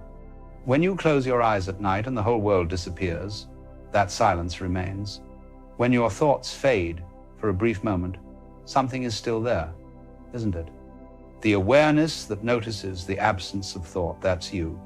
Not the story, not the name, not the body, the awareness itself, that which never comes and never goes. But we are so accustomed to looking outward that we miss it. We keep expecting truth to appear in some grand revelation when it has been quietly humming beneath everything all along. Like a song that never ends, only changes its tune. And so, to remember who you are is not to add something new. It is to remove what was never real. It is to peel away the layers of conditioning, fear, and pretense until only the simple fact of being remains. That is where the journey truly begins, not in acquiring, but in noticing. Not in striving, but in seeing clearly. You cannot become yourself because you already are. You can only wake up to that fact. And when you do, life begins to feel less like a prison and more like a play. The actors are the same, the scenery unchanged, but suddenly the story is light again. The laughter returns. The wave remembers it is the ocean. That is the beginning of remembering. That is the end of the dream of separation. When you awaken, even for a moment, to the truth of what you are, something remarkable happens. The world does not change, and yet it is utterly transformed. The same faces pass by, the same routines unfold, but there is a new quality to it all, a kind of luminous playfulness, as if the universe has been holding its breath, waiting for you to notice the joke. But it doesn't end there, because the moment we catch a glimpse of truth, the mind rushes in to claim it. It says, "Ah, I understand now. I've figured it out." And that, you see, is the second forgetting. The ego, clever as ever, puts on spiritual clothing and pretends to have seen the light. It becomes the seeker who has found. But remember, the moment you think you've captured truth, you've already lost it. Truth cannot be caught because it is what is doing the catching. It's a very curious situation. The more earnestly you pursue enlightenment, the more it recedes from you. Like chasing your own shadow, the harder you try, the further it slips away. Because you are what you seek. You are the awareness that is looking. And so, to look for yourself is a kind of cosmic comedy. The eye cannot see itself directly, only by reflection. This is why so many spiritual traditions emphasize stillness. Not stillness as in rigid quietness, but the stillness of understanding that there's nowhere to go, that the very act of seeking keeps the illusion alive. To sit quietly and observe is to see that the one doing the seeking is made of the same stuff as the sky, as the wind, as the stars. But here's where the pretending comes in. Even after this realization, life continues. You still have to eat, work, speak, love, and lose. You still stub your toe. You still get caught in emotion. You still wake up in the middle of the night wondering what it all means. The difference is subtle but profound. You now know it's a play. You still act your part, but you no longer mistake the mask for the face. You see, life is not something you overcome. It's something you dance with. The waves do not resist the tide. They move in harmony with it. So, too, does the awakened person move with life, not against it, not above it, but with it. To live this way is to rediscover innocence. A childlike wonder returns, not because you are naive, but because you are no longer cynical. You begin to see that everything is part of the same unfolding. The pain, the joy, the confusion, even the boredom, all of it belongs. All of it is the universe pretending to be separate, pretending to forget, so it can rediscover itself anew. But beware, the mind loves to make a project out of awakening. It says, now I must maintain my spiritual state, I must be mindful all the time. And so it creates yet another identity, the enlightened self. But that too is part of the game. The pretending continues, only now it's cloaked in holiness. The only way out is to see that there is no way out. You cannot escape the play because you are the play. You cannot stop pretending because pretending is part of what you are. The trick, then, is not to end the pretending, but to enjoy it, to see through it without denying it, to laugh at the cosmic joke rather than trying to explain it. Think of life as a grand symphony. Each note, each instrument has its place. Some play melodies, others dissonance. But the beauty lies in the whole, not in any single part. You are both the music and the musician, the listener and the sound. And to live with that awareness is to move through life with a certain grace, not the stiff grace of discipline, but the flowing grace of trust. Trust is the highest form of intelligence. It's not blind belief, it's participation. It's saying yes to the unknown. It's stepping into the rhythm without needing to know the choreography. Because when you trust the flow of life, you find it carries you exactly where you need to be. This doesn't mean you never fall. Of course you fall. But now you understand that even falling is part of the dance. You understand that pain is not punishment, it's the universe moving through you, rearranging, refining, renewing. Every tear, every stumble is another reminder that you are alive. And perhaps that's what we forget most easily, that to be alive is not to be perfect, but to participate. The stars burn and collapse, the trees grow and decay, everything changes, and that change is not a flaw, it's the very expression of beauty. In the end, awakening is not about rising above life, but sinking fully into it. It's not about being calm all the time, but about being real all the time.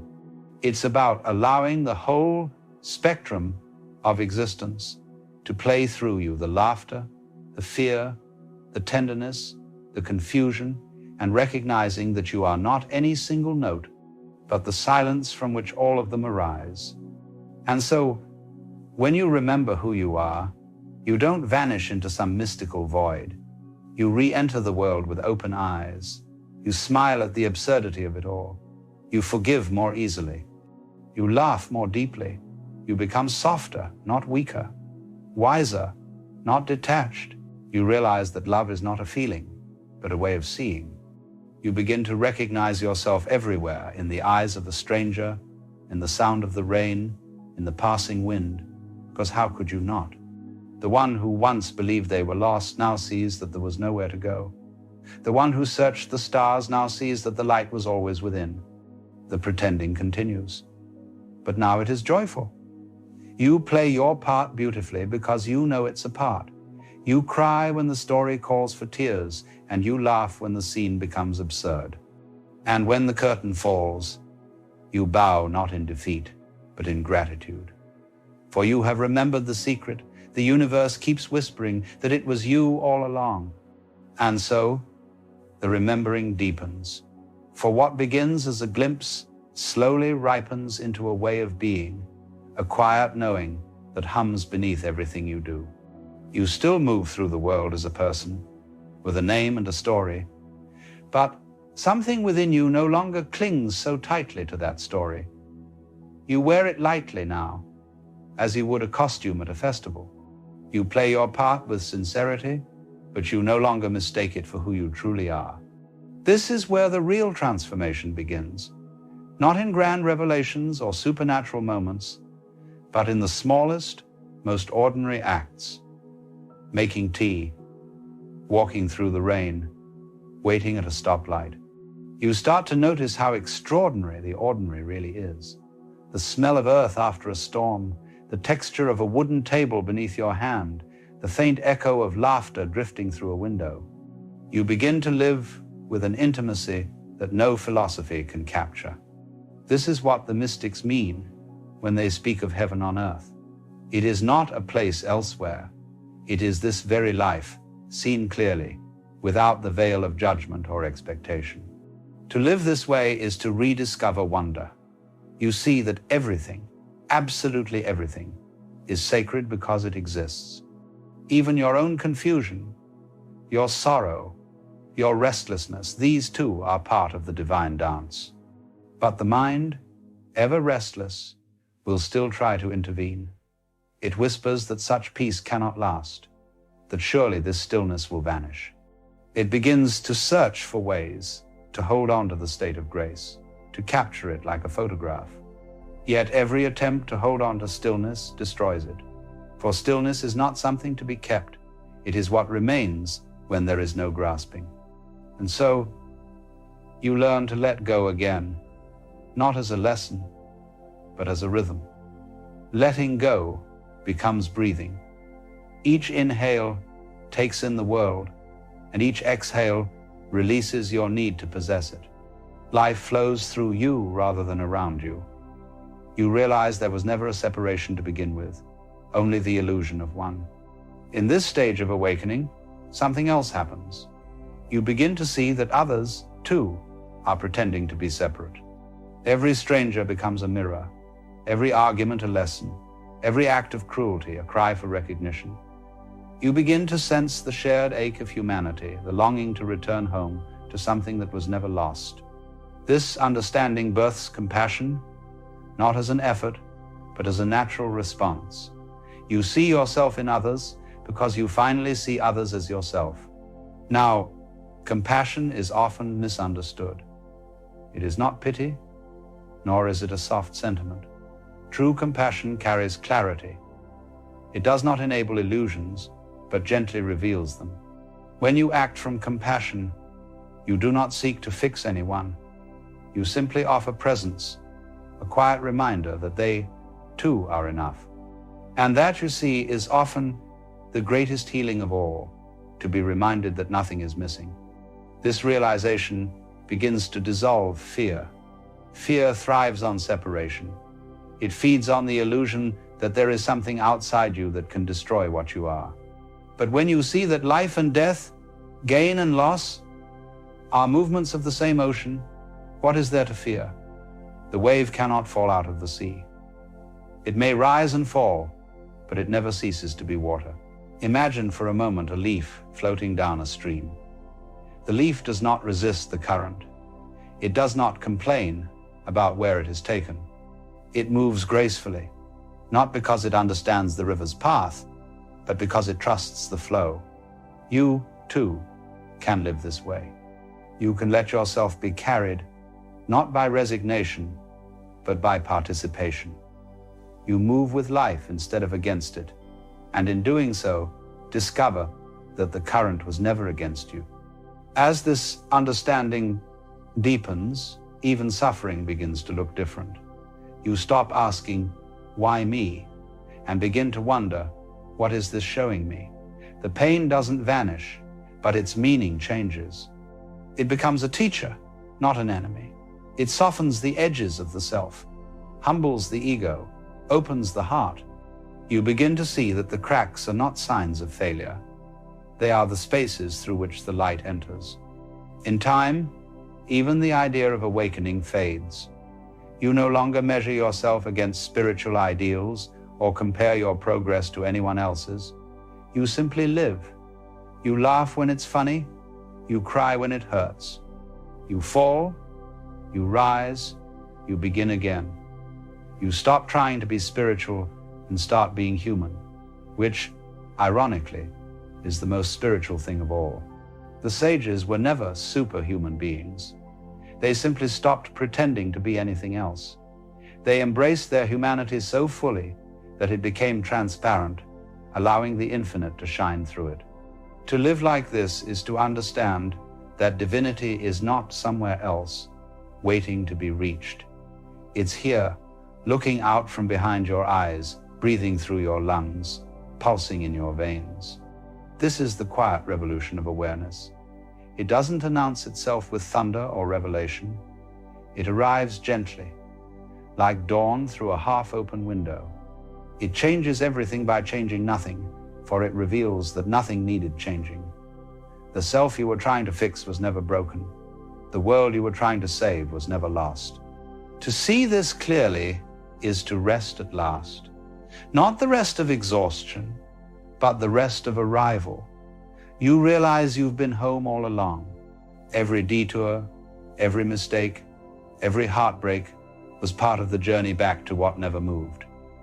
You laugh softly at the irony of it all, and in that laughter, a great peace arises. It's not the peace of escape, but the peace of inclusion. You can finally say yes to all of it, the confusion, the clarity, the birth, the death, the gain, the loss. You see that life's perfection is not in its smoothness, but in its completeness. It holds everything, and that wholeness is love. And so, you walk differently now. You no longer rush. You no longer grasp. You no longer wait for permission to be alive. You move through the world as a presence rather than a person, as an awareness rather than a role. And wherever you go, something silent and beautiful goes with you, reminding all who meet you that they, too, have never been lost. And then there comes a kind of quiet after the knowing, not the quiet of emptiness, but of fullness, as though life has finally exhaled and found itself resting in its own rhythm. You wake one morning and realize there is nothing left to search for. The seeking, the striving, even the idea of becoming someone better dissolves like mist in sunlight. You see, the moment you stop trying to arrive anywhere, you discover that you have always been here. This is the final unfolding of the journey, not a destination, but an absorption. The wave returns to the ocean, not by effort, but by remembering it was never apart. You, too, begin to live with that same natural ease. You no longer ask life for meaning, because you have become meaning itself. Everything you touch, everything you see, reflects the same still intelligence that lives within you. You start to laugh at the absurdity of the game we all play, the endless chase for validation, the frantic pursuit of success, the anxious clinging to permanence. You see it now as a cosmic dance, a play where the actors have simply forgotten it's a play. And rather than feeling superior or detached, you feel tenderness, because you remember what it was like to be caught in the script, to take every line so seriously. Compassion deepens, not as a virtue, but as understanding. You begin to notice that the boundaries between you and life are melting. The wind moves, and it feels like your breath. The rain falls, and it feels like your tears. Someone smiles on the street, and it feels like your own joy shining back at you. It's as if the whole world has turned into a mirror, reflecting only one truth. There was never two. And what becomes of fear in such a place? It loses its hold. Not because you have conquered it, but because you see through it. You see that fear was always a shadow cast by your forgetting. When you remember who you are, fear has nothing left to cling to. You realize that the great mystery of life has never been against you. It was only waiting for your cooperation. This doesn't make you invincible or indifferent. You still feel pain. You still grieve. You still stumble. But now there's a softness around it all, a kind of quiet trust that runs through every experience. You understand that sorrow and joy are not opposites, but two notes in the same song. You don't try to hold one or escape the other. You let them both play through you. And in that harmony, something timeless begins to hum. You realize that even death, that great unspoken fear, is not an ending but a rhythm, a return. It's the breath of the cosmos inhaling again. What you truly are cannot die because it was never born. It only takes form for a little while, to taste itself, to play. And when the play ends, it bows and becomes the stage once more. This understanding doesn't make you distant from the world. Quite the opposite. It draws you closer. You love more deeply, laugh more freely, forgive more easily, You no longer need to protect yourself from life, because you have recognized that you are life. Every moment becomes a prayer without words, an act of worship without worshippers. It's funny how we spend so much of our lives trying to control what was never ours. We fight the current, build walls, wear masks, and then one day you realize you don't have to do any of that anymore. You can let the river carry you. You can let the walls fall. You can let the masks drop. You can finally breathe. And in that breath, the world breathes with you. The trees sway in rhythm. The birds call in response. Even the silence feels alive. You begin to feel a subtle joy that asks for nothing, that depends on nothing. It's the joy of simply being. The kind of peace that doesn't need to be protected because it cannot be taken away. You look back at your life, all the mistakes, the detours, the heartbreaks, and you see the hidden intelligence woven through it all. Every fall was a doorway. Every delay, a redirection. Every ending, a beginning in disguise. Nothing was wasted. Nothing was wrong. It was all part of the unfolding, the remembering. And as you sit quietly, watching the sun dip below the horizon, you feel no need to hold on to it, no sorrow that it's fading, because you know it will rise again, not because of belief, but because of rhythm. The same rhythm that moves your breath, that beats your heart, that carries the tides of the sea and the stories of your life. To live this way is not to transcend the human experience, but to be fully immersed in it without being consumed by it. You can taste the salt of tears and still smile. You can watch the seasons change without wishing them to stay. You can love without fear of loss, because you understand that love itself never leaves, only its forms change. This is what it means to awaken. Not to escape the dream, but to dream consciously. To know you are both the dreamer and the dream. You live in the world, but you are no longer bound by it. You participate in the drama, but you no longer mistake the stage for reality. You have come home to yourself, and in doing so, you have come home to the universe. And perhaps that's the most beautiful realization of all, that you were never lost, never broken, never unworthy. You were simply playing hide and seek with eternity, waiting for the moment when you'd stop searching and start seeing. Now you see, and seeing, you smile. Because the great secret, the one that sages have whispered through time, is beautifully simple. You are already what you seek. So you walk on, not to arrive, but to express, not to find meaning, but to reveal it. And as you walk, the universe walks with you, endlessly unfolding, endlessly returning, endlessly free. You know, there comes a moment in many people's lives when everything suddenly feels utterly pointless. The job that once seemed important now feels like a meaningless charade. The relationships that once brought joy now feel like empty performances. The goals you were chasing now seem arbitrary and hollow. And you look at your life and think, what's the point of any of this? Why am I doing what I'm doing? What does any of it matter? This is not depression, necessarily, though it might look like it from the outside. This is something much more interesting. This is what happens when you wake up from the collective dream, when you start to see through the game that everyone is playing, when the meaning that you borrowed from society begins to dissolve, and you're left facing the raw question, what is the point? Now, most people respond to this feeling in one of two ways, and both are problematic. The first response is panic. They feel the pointlessness and immediately try to run from it, to distract themselves, to create new meanings, new goals, new purposes.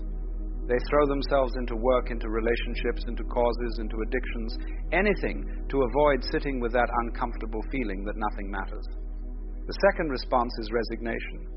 They accept the pointlessness as a final truth and sink into a kind of nihilistic despair. If nothing matters, why do anything? Why get out of bed? Why engage with life at all? They become paralyzed by the very insight that could have freed them. But I want to suggest a third response, a response that's actually quite revolutionary. What if the feeling that everything is pointless is not a problem to be solved, but a doorway to be walked through? What if it's not the end of meaning, but the beginning of a much deeper kind of meaning? Let me explain what I mean. When you feel that everything is pointless, what you're really recognizing is that all the meanings you've been living by are invented. They're made up. They're stories that human beings have told themselves to make sense of existence. And there's nothing wrong with stories, but when you realize that they're just stories, that there's no cosmic necessity to any of them, something very important has happened. You've seen through the game. You've recognized that meaning is not found, it's created. And once you see this, you can never go back to the innocent belief that your job or your relationship or your cause has some inherent, absolute meaning. The spell is broken. And this feels pointless at first because you've lost the meanings you were borrowing from outside yourself.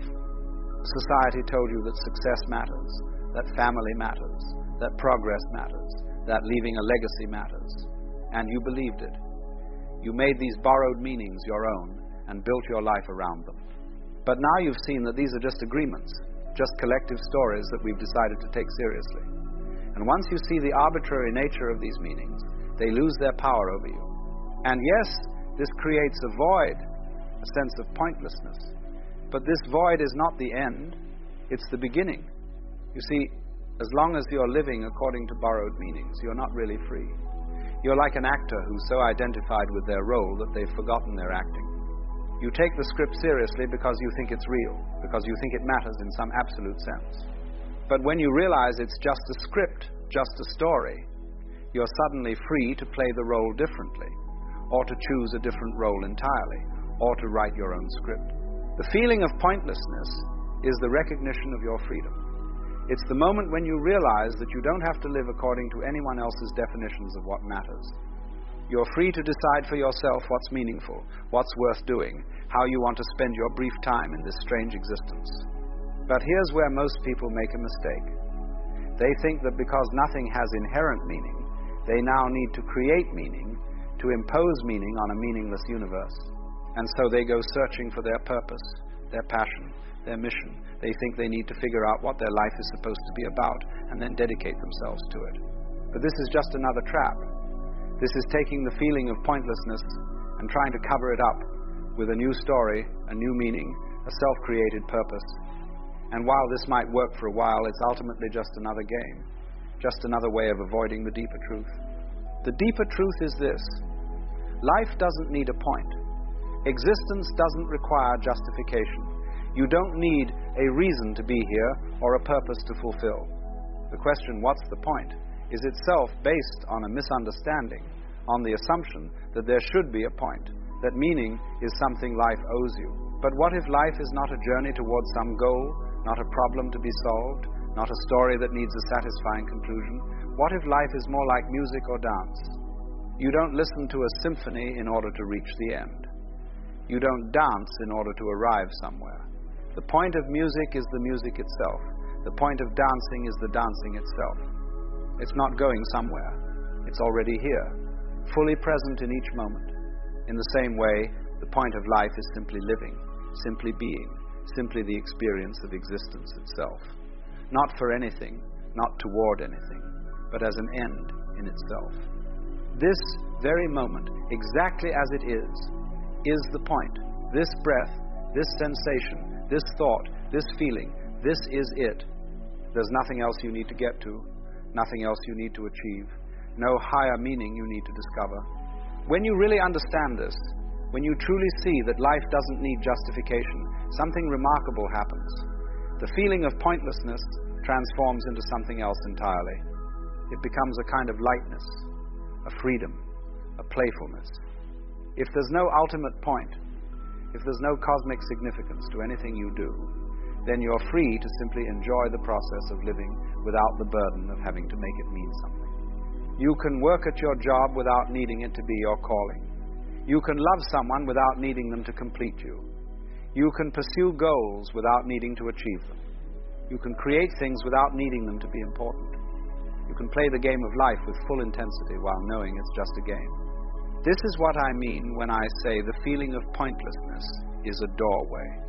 It's the doorway out of seriousness, out of the heavy burden of trying to make your life matter, out of the exhausting project of creating meaning. On the other side of that doorway is a kind of freedom that most people never experience. The freedom to live without needing life to be anything other than what it is. Now, this doesn't mean you become passive or apathetic. Quite the opposite.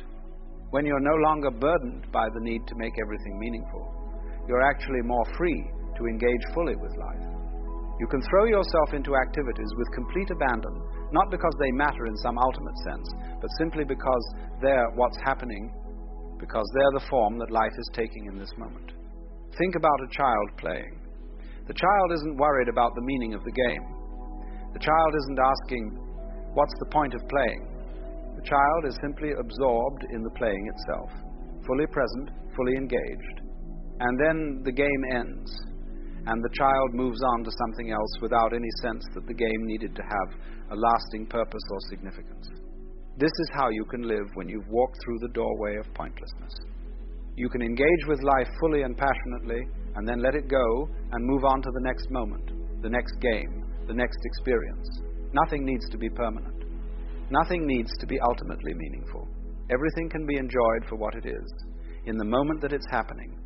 But what about the big questions? What about death? What about suffering? What about the fact that everything you do will eventually be forgotten? That the universe will end? That nothing you create will last forever? Doesn't this make everything pointless? Only if you think the point of life is to leave a permanent mark, to create something that lasts, to be remembered. But why should that be the point? The sunset is beautiful, and then it's gone. The flower blooms, and then it wilts. The wave rises, and then it falls back into the ocean. Nothing about the temporary nature of these things makes them less valuable, less beautiful, less worth experiencing. In fact, it's precisely because things are temporary that they're precious. If the sunset lasted forever, would you still stop to watch it? If flowers never wilted, would you treasure them? The poignancy of life, its bittersweet beauty, comes from the fact that it's fleeting, that each moment happens only once, that everything is always already passing away, even as it's arriving. So when everything feels pointless, when you look at your life and can't find the meaning you once thought was there, this is not a crisis.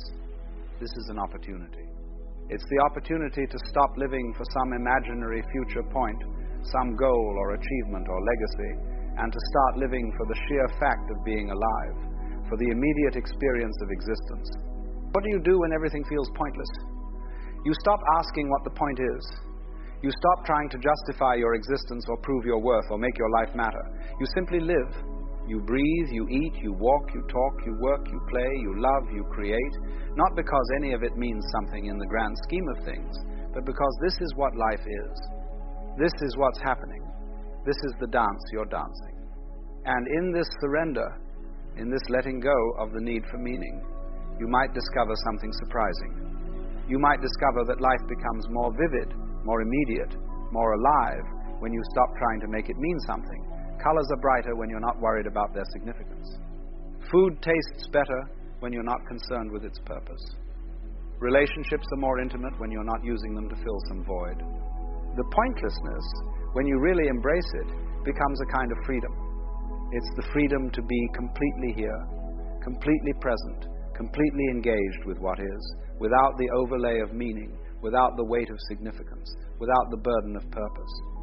Let me tell you a Zen story that illustrates this. A student comes to the master and says, "Master, I've studied all the scriptures, I've practiced all the techniques, I've contemplated all the koans, but still, I don't understand. What is the meaning of life?" And the master says, "Have you eaten your breakfast?" The student says, "Yes." The master says, "Then go wash your bowl." You see, the student is looking for some grand cosmic meaning, some ultimate purpose. But the master is pointing to the simple fact of living. Eat your breakfast, wash your bowl. This moment, this activity, this simple fact of existence, this is it. There's nothing else you need to find, nothing else you need to understand. When everything feels pointless, this is what you do. You eat your breakfast, you wash your bowl, You do what's in front of you to do, not because it has some grand meaning, but because this is the form that life is taking right now. You're here, you're alive, and this is what being alive looks like in this moment.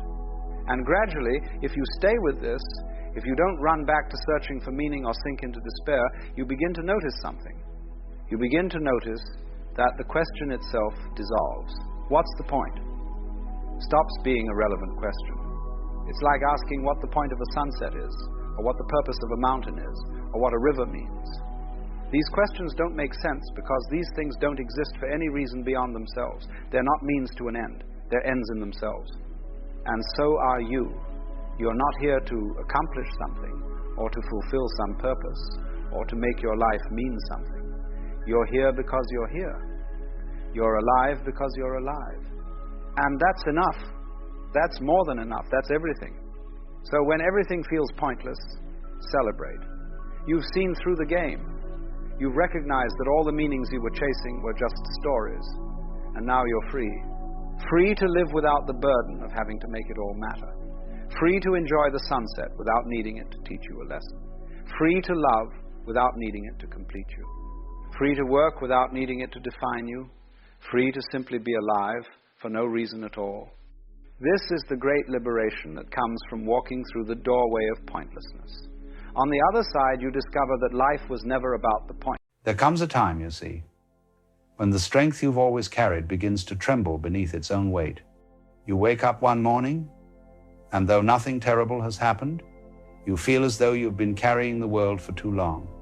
People still say you're strong, that you handle things well, that you always seem composed, but inside there's a small voice whispering, I can't keep doing this.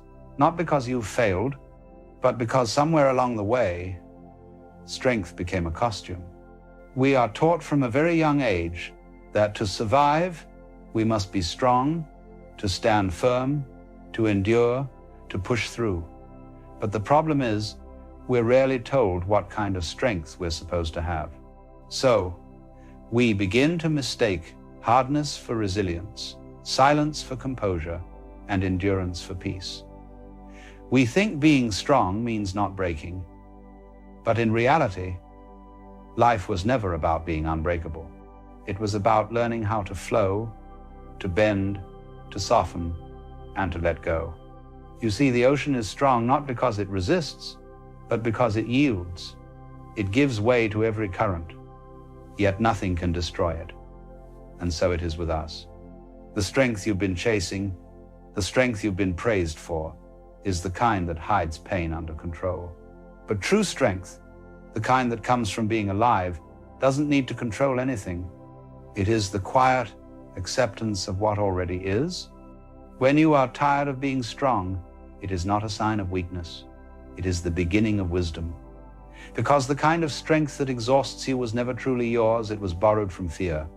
The fear of falling apart, the fear of being seen, the fear of disappointing others. You've held everything together for so long that the idea of letting go feels like dying. But perhaps that's the point. A kind of death is necessary before you can be alive without pretending. Most people live as if life is a test of endurance. They measure their worth by how much they can withstand. But what happens when endurance becomes emptiness? When you've been so composed, so self-contained, that you've forgotten what it feels like to be held by something larger than yourself? The truth is, no one can carry life alone. The river doesn't push itself forward. The tree doesn't lift itself toward the sun. Strength, as nature shows, is always in cooperation with the invisible. So perhaps what you're feeling now, the exhaustion, the quiet ache, the sense that your inner walls are crumbling, is not failure at all. It's simply the moment life has chosen to remind you that strength was never the goal. Presence was. You've been so good at holding things together that you've forgotten what it feels like to fall apart safely. And that is why you're tired. Not because you're broken, but because you've been living as though the whole universe depends on your composure. Imagine, just for a moment, if you didn't have to hold it all. Imagine if the world didn't collapse when you stopped pretending to be fine. What if the strength you need now is not the kind that carries, but the kind that releases. To cry when you need to admit that you're lost, to rest without guilt. What if the most powerful thing you could do was nothing at all? To simply breathe, to be, to exist as you are, not as the person you've been performing, but as the being beneath all the performance. When you stop trying to be strong, something extraordinary happens. You begin to see that everything you were holding together never needed your strength to exist. Life keeps moving. The world continues to breathe, and you, too, begin to breathe differently, slower, deeper, without resistance. It's a strange kind of freedom to realize that your collapse is not a tragedy, but a transformation. It's the caterpillar dissolving in the cocoon. It doesn't fight to hold its form. It allows the melting, and what emerges is something it could never have imagined while it was clinging to its old identity. So, if you are tired of being strong, let that tiredness be holy. Let it be your teacher. Because the end of forced strength is the beginning of true surrender, and surrender is the birthplace of real power. You might think surrender means giving up, but that's only because you've been taught that control is safety. You've lived as though your grip on things is what keeps life from falling apart. Yet, if you watch closely, everything you love has always been beyond your control. The sunrise, the laughter of a friend, the timing of grace, none of it was your doing. And yet it arrived perfectly. Strength isn't about holding the tide. It's about learning to trust its rhythm. You see, we mistake life for something we must manage, when in truth, it's something we are invited to experience. When you are tired of being strong, it means you're ready to stop living from the surface. You're ready to let the current carry you back into your own depth. But there's something tender that happens in this stage. You begin to grieve. You grieve the person who always showed up, who never complained, who carried everything without asking for help. You grieve the mask of strength that protected you for so long, even though it was never meant to last forever. It kept you safe once, but now it's only keeping you distant. In that grief, something sacred unfolds. Compassion. You begin to see yourself not as the hero of your suffering, but as the child of the universe, fragile, imperfect, and completely loved. The universe does not demand that you be strong. It only asks that you be real. There's a peace that comes from realizing you no longer have to prove your resilience. You no longer have to appear put together to be worthy of rest. The truth is, you are not admired for your strength. You are loved for your being. And perhaps that's why you've grown so weary, because strength was never meant to be an identity. It was meant to be a moment. You were never supposed to stay strong forever. You were meant to soften again and again until you remembered how to feel. When you stop striving to be strong, your heart becomes available again. You begin to feel life's subtleties, the way silence hums, the way small moments expand, the way simple things like sunlight through a window can make you cry without reason. You rediscover what it means to be alive, not because you've regained your old strength, but because you found something deeper, the strength to be open. The world doesn't need your armor, it needs your aliveness. It doesn't need your perfect posture, it needs your presence. The real power of a human being lies not in endurance, but in receptivity, the courage to let the world touch you. So if you find yourself exhausted, unable to keep being strong, don't fight it. You're not falling behind. You're finally aligning. You're remembering that existence itself has always been strong enough to carry you. There is a hidden grace in reaching the end of your strength, because that's where you discover the strength of life itself. And life, you see, never needed you to perform. It only ever wanted you to be. And so, when you've stopped pretending to be strong, when the armor finally slips and you can't keep your composure any longer, something extraordinary begins to happen. It isn't loud and it isn't dramatic. It's quiet, almost invisible, like the sound of rain at dawn or the gentle exhale after a long-held breath. For the first time in perhaps years, You are no longer fighting life. You are letting it hold you. You begin to realize that the world was never asking you to carry it. All this time, you've been trying to shoulder what was always meant to flow through you. Emotions, moments, people, they were never possessions. They were passing clouds. And the moment you stop trying to hold them in place, the sky clears. It's strange, isn't it? You spend years believing that if you let go, everything will fall apart. But when you finally do, you discover that what falls apart was never real to begin with. The image of who you were supposed to be, the perfection you were meant to maintain, the reputation you worked so hard to uphold, they dissolve quietly. And beneath all that, you find something soft and alive, yourself, unguarded and free. Now, I don't mean that everything becomes easy. The waves of life will still come. The uncertainties will still whisper, but you meet them differently. You no longer brace for them, you breathe with them. You see, life has always been a rhythm, a dance between strength and surrender. You can't hold your breath through the entire song and still call it dancing. Real strength is a kind of participation. It's being able to stand in the storm without needing the storm to end. It's allowing yourself to tremble and still say, this too is me. In the great flow of things, what endures is not the rigid but the supple. The bamboo bends and does not break. The river cuts through stone, not through force, but through patience. And in that same way, when you let go of the need to appear unshaken, you discover a resilience that cannot be destroyed. When you are tired of being strong, it's life calling you home, home to a way of being that is effortless, a way that doesn't strive to manage or maintain, but simply to move in harmony with what is. This is not resignation, it is awakening. The understanding that the universe was never separate from you. The wind that breaks the branch is the same wind that carries the leaf. There is a subtle peace that arises when you stop trying to be the one holding everything together. You realize that even your so-called failures were never really yours. They were the universe learning through you, expressing through your form for a while, then moving on. And when you see this clearly, the guilt fades. You no longer feel like you've disappointed life, because you begin to see you are life. You cannot fall out of it. It is in those moments, sitting quietly in your own company, where strength and softness finally become one.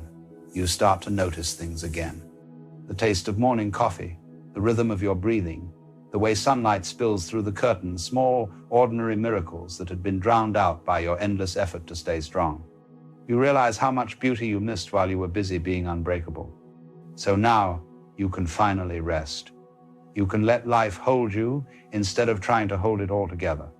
You can admit that you don't always know what you're doing, that you're not always fine, and that maybe you never had to be.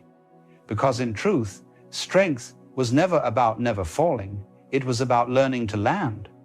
You see, the tree that loses its leaves each winter does not mourn their loss.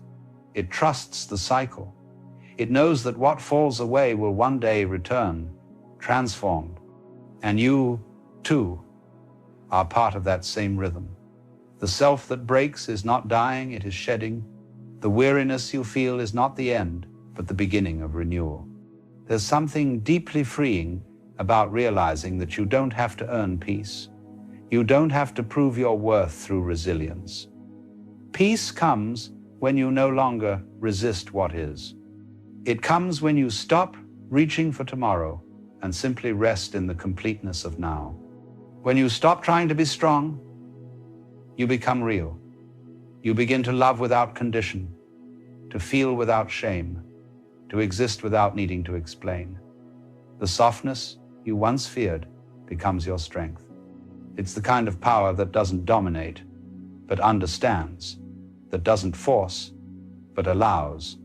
It's easy to think that the world only respects the loud and the unyielding, but all things that endure, mountains, oceans, silence, do so through stillness.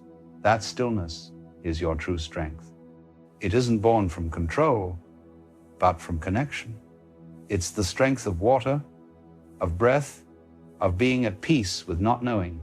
So, when you feel yourself faltering, when you can no longer keep up the act of composure, don't resist it. Sit down, breathe, and let yourself be carried.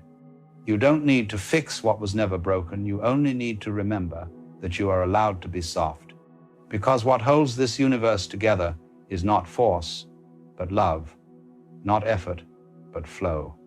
And the moment you stop fighting that truth, life rushes back in, not to demand more of you, but to remind you that you were never alone in the first place. Strength was never the goal, you see. The goal was wholeness. And wholeness includes everything: the tears, the laughter, the fatigue, the surrender. So if you are tired of being strong, you are right where you need to be. The storm is not against you, it's clearing you. And when the rain finally stops, you'll find yourself standing in a world that feels strangely new, not because it changed, but because you did. You stopped pretending to be the one carrying the world and allowed the world to carry you. And that, my friend, is real strength, the kind that needs no witness, no applause, no armor, the kind that simply is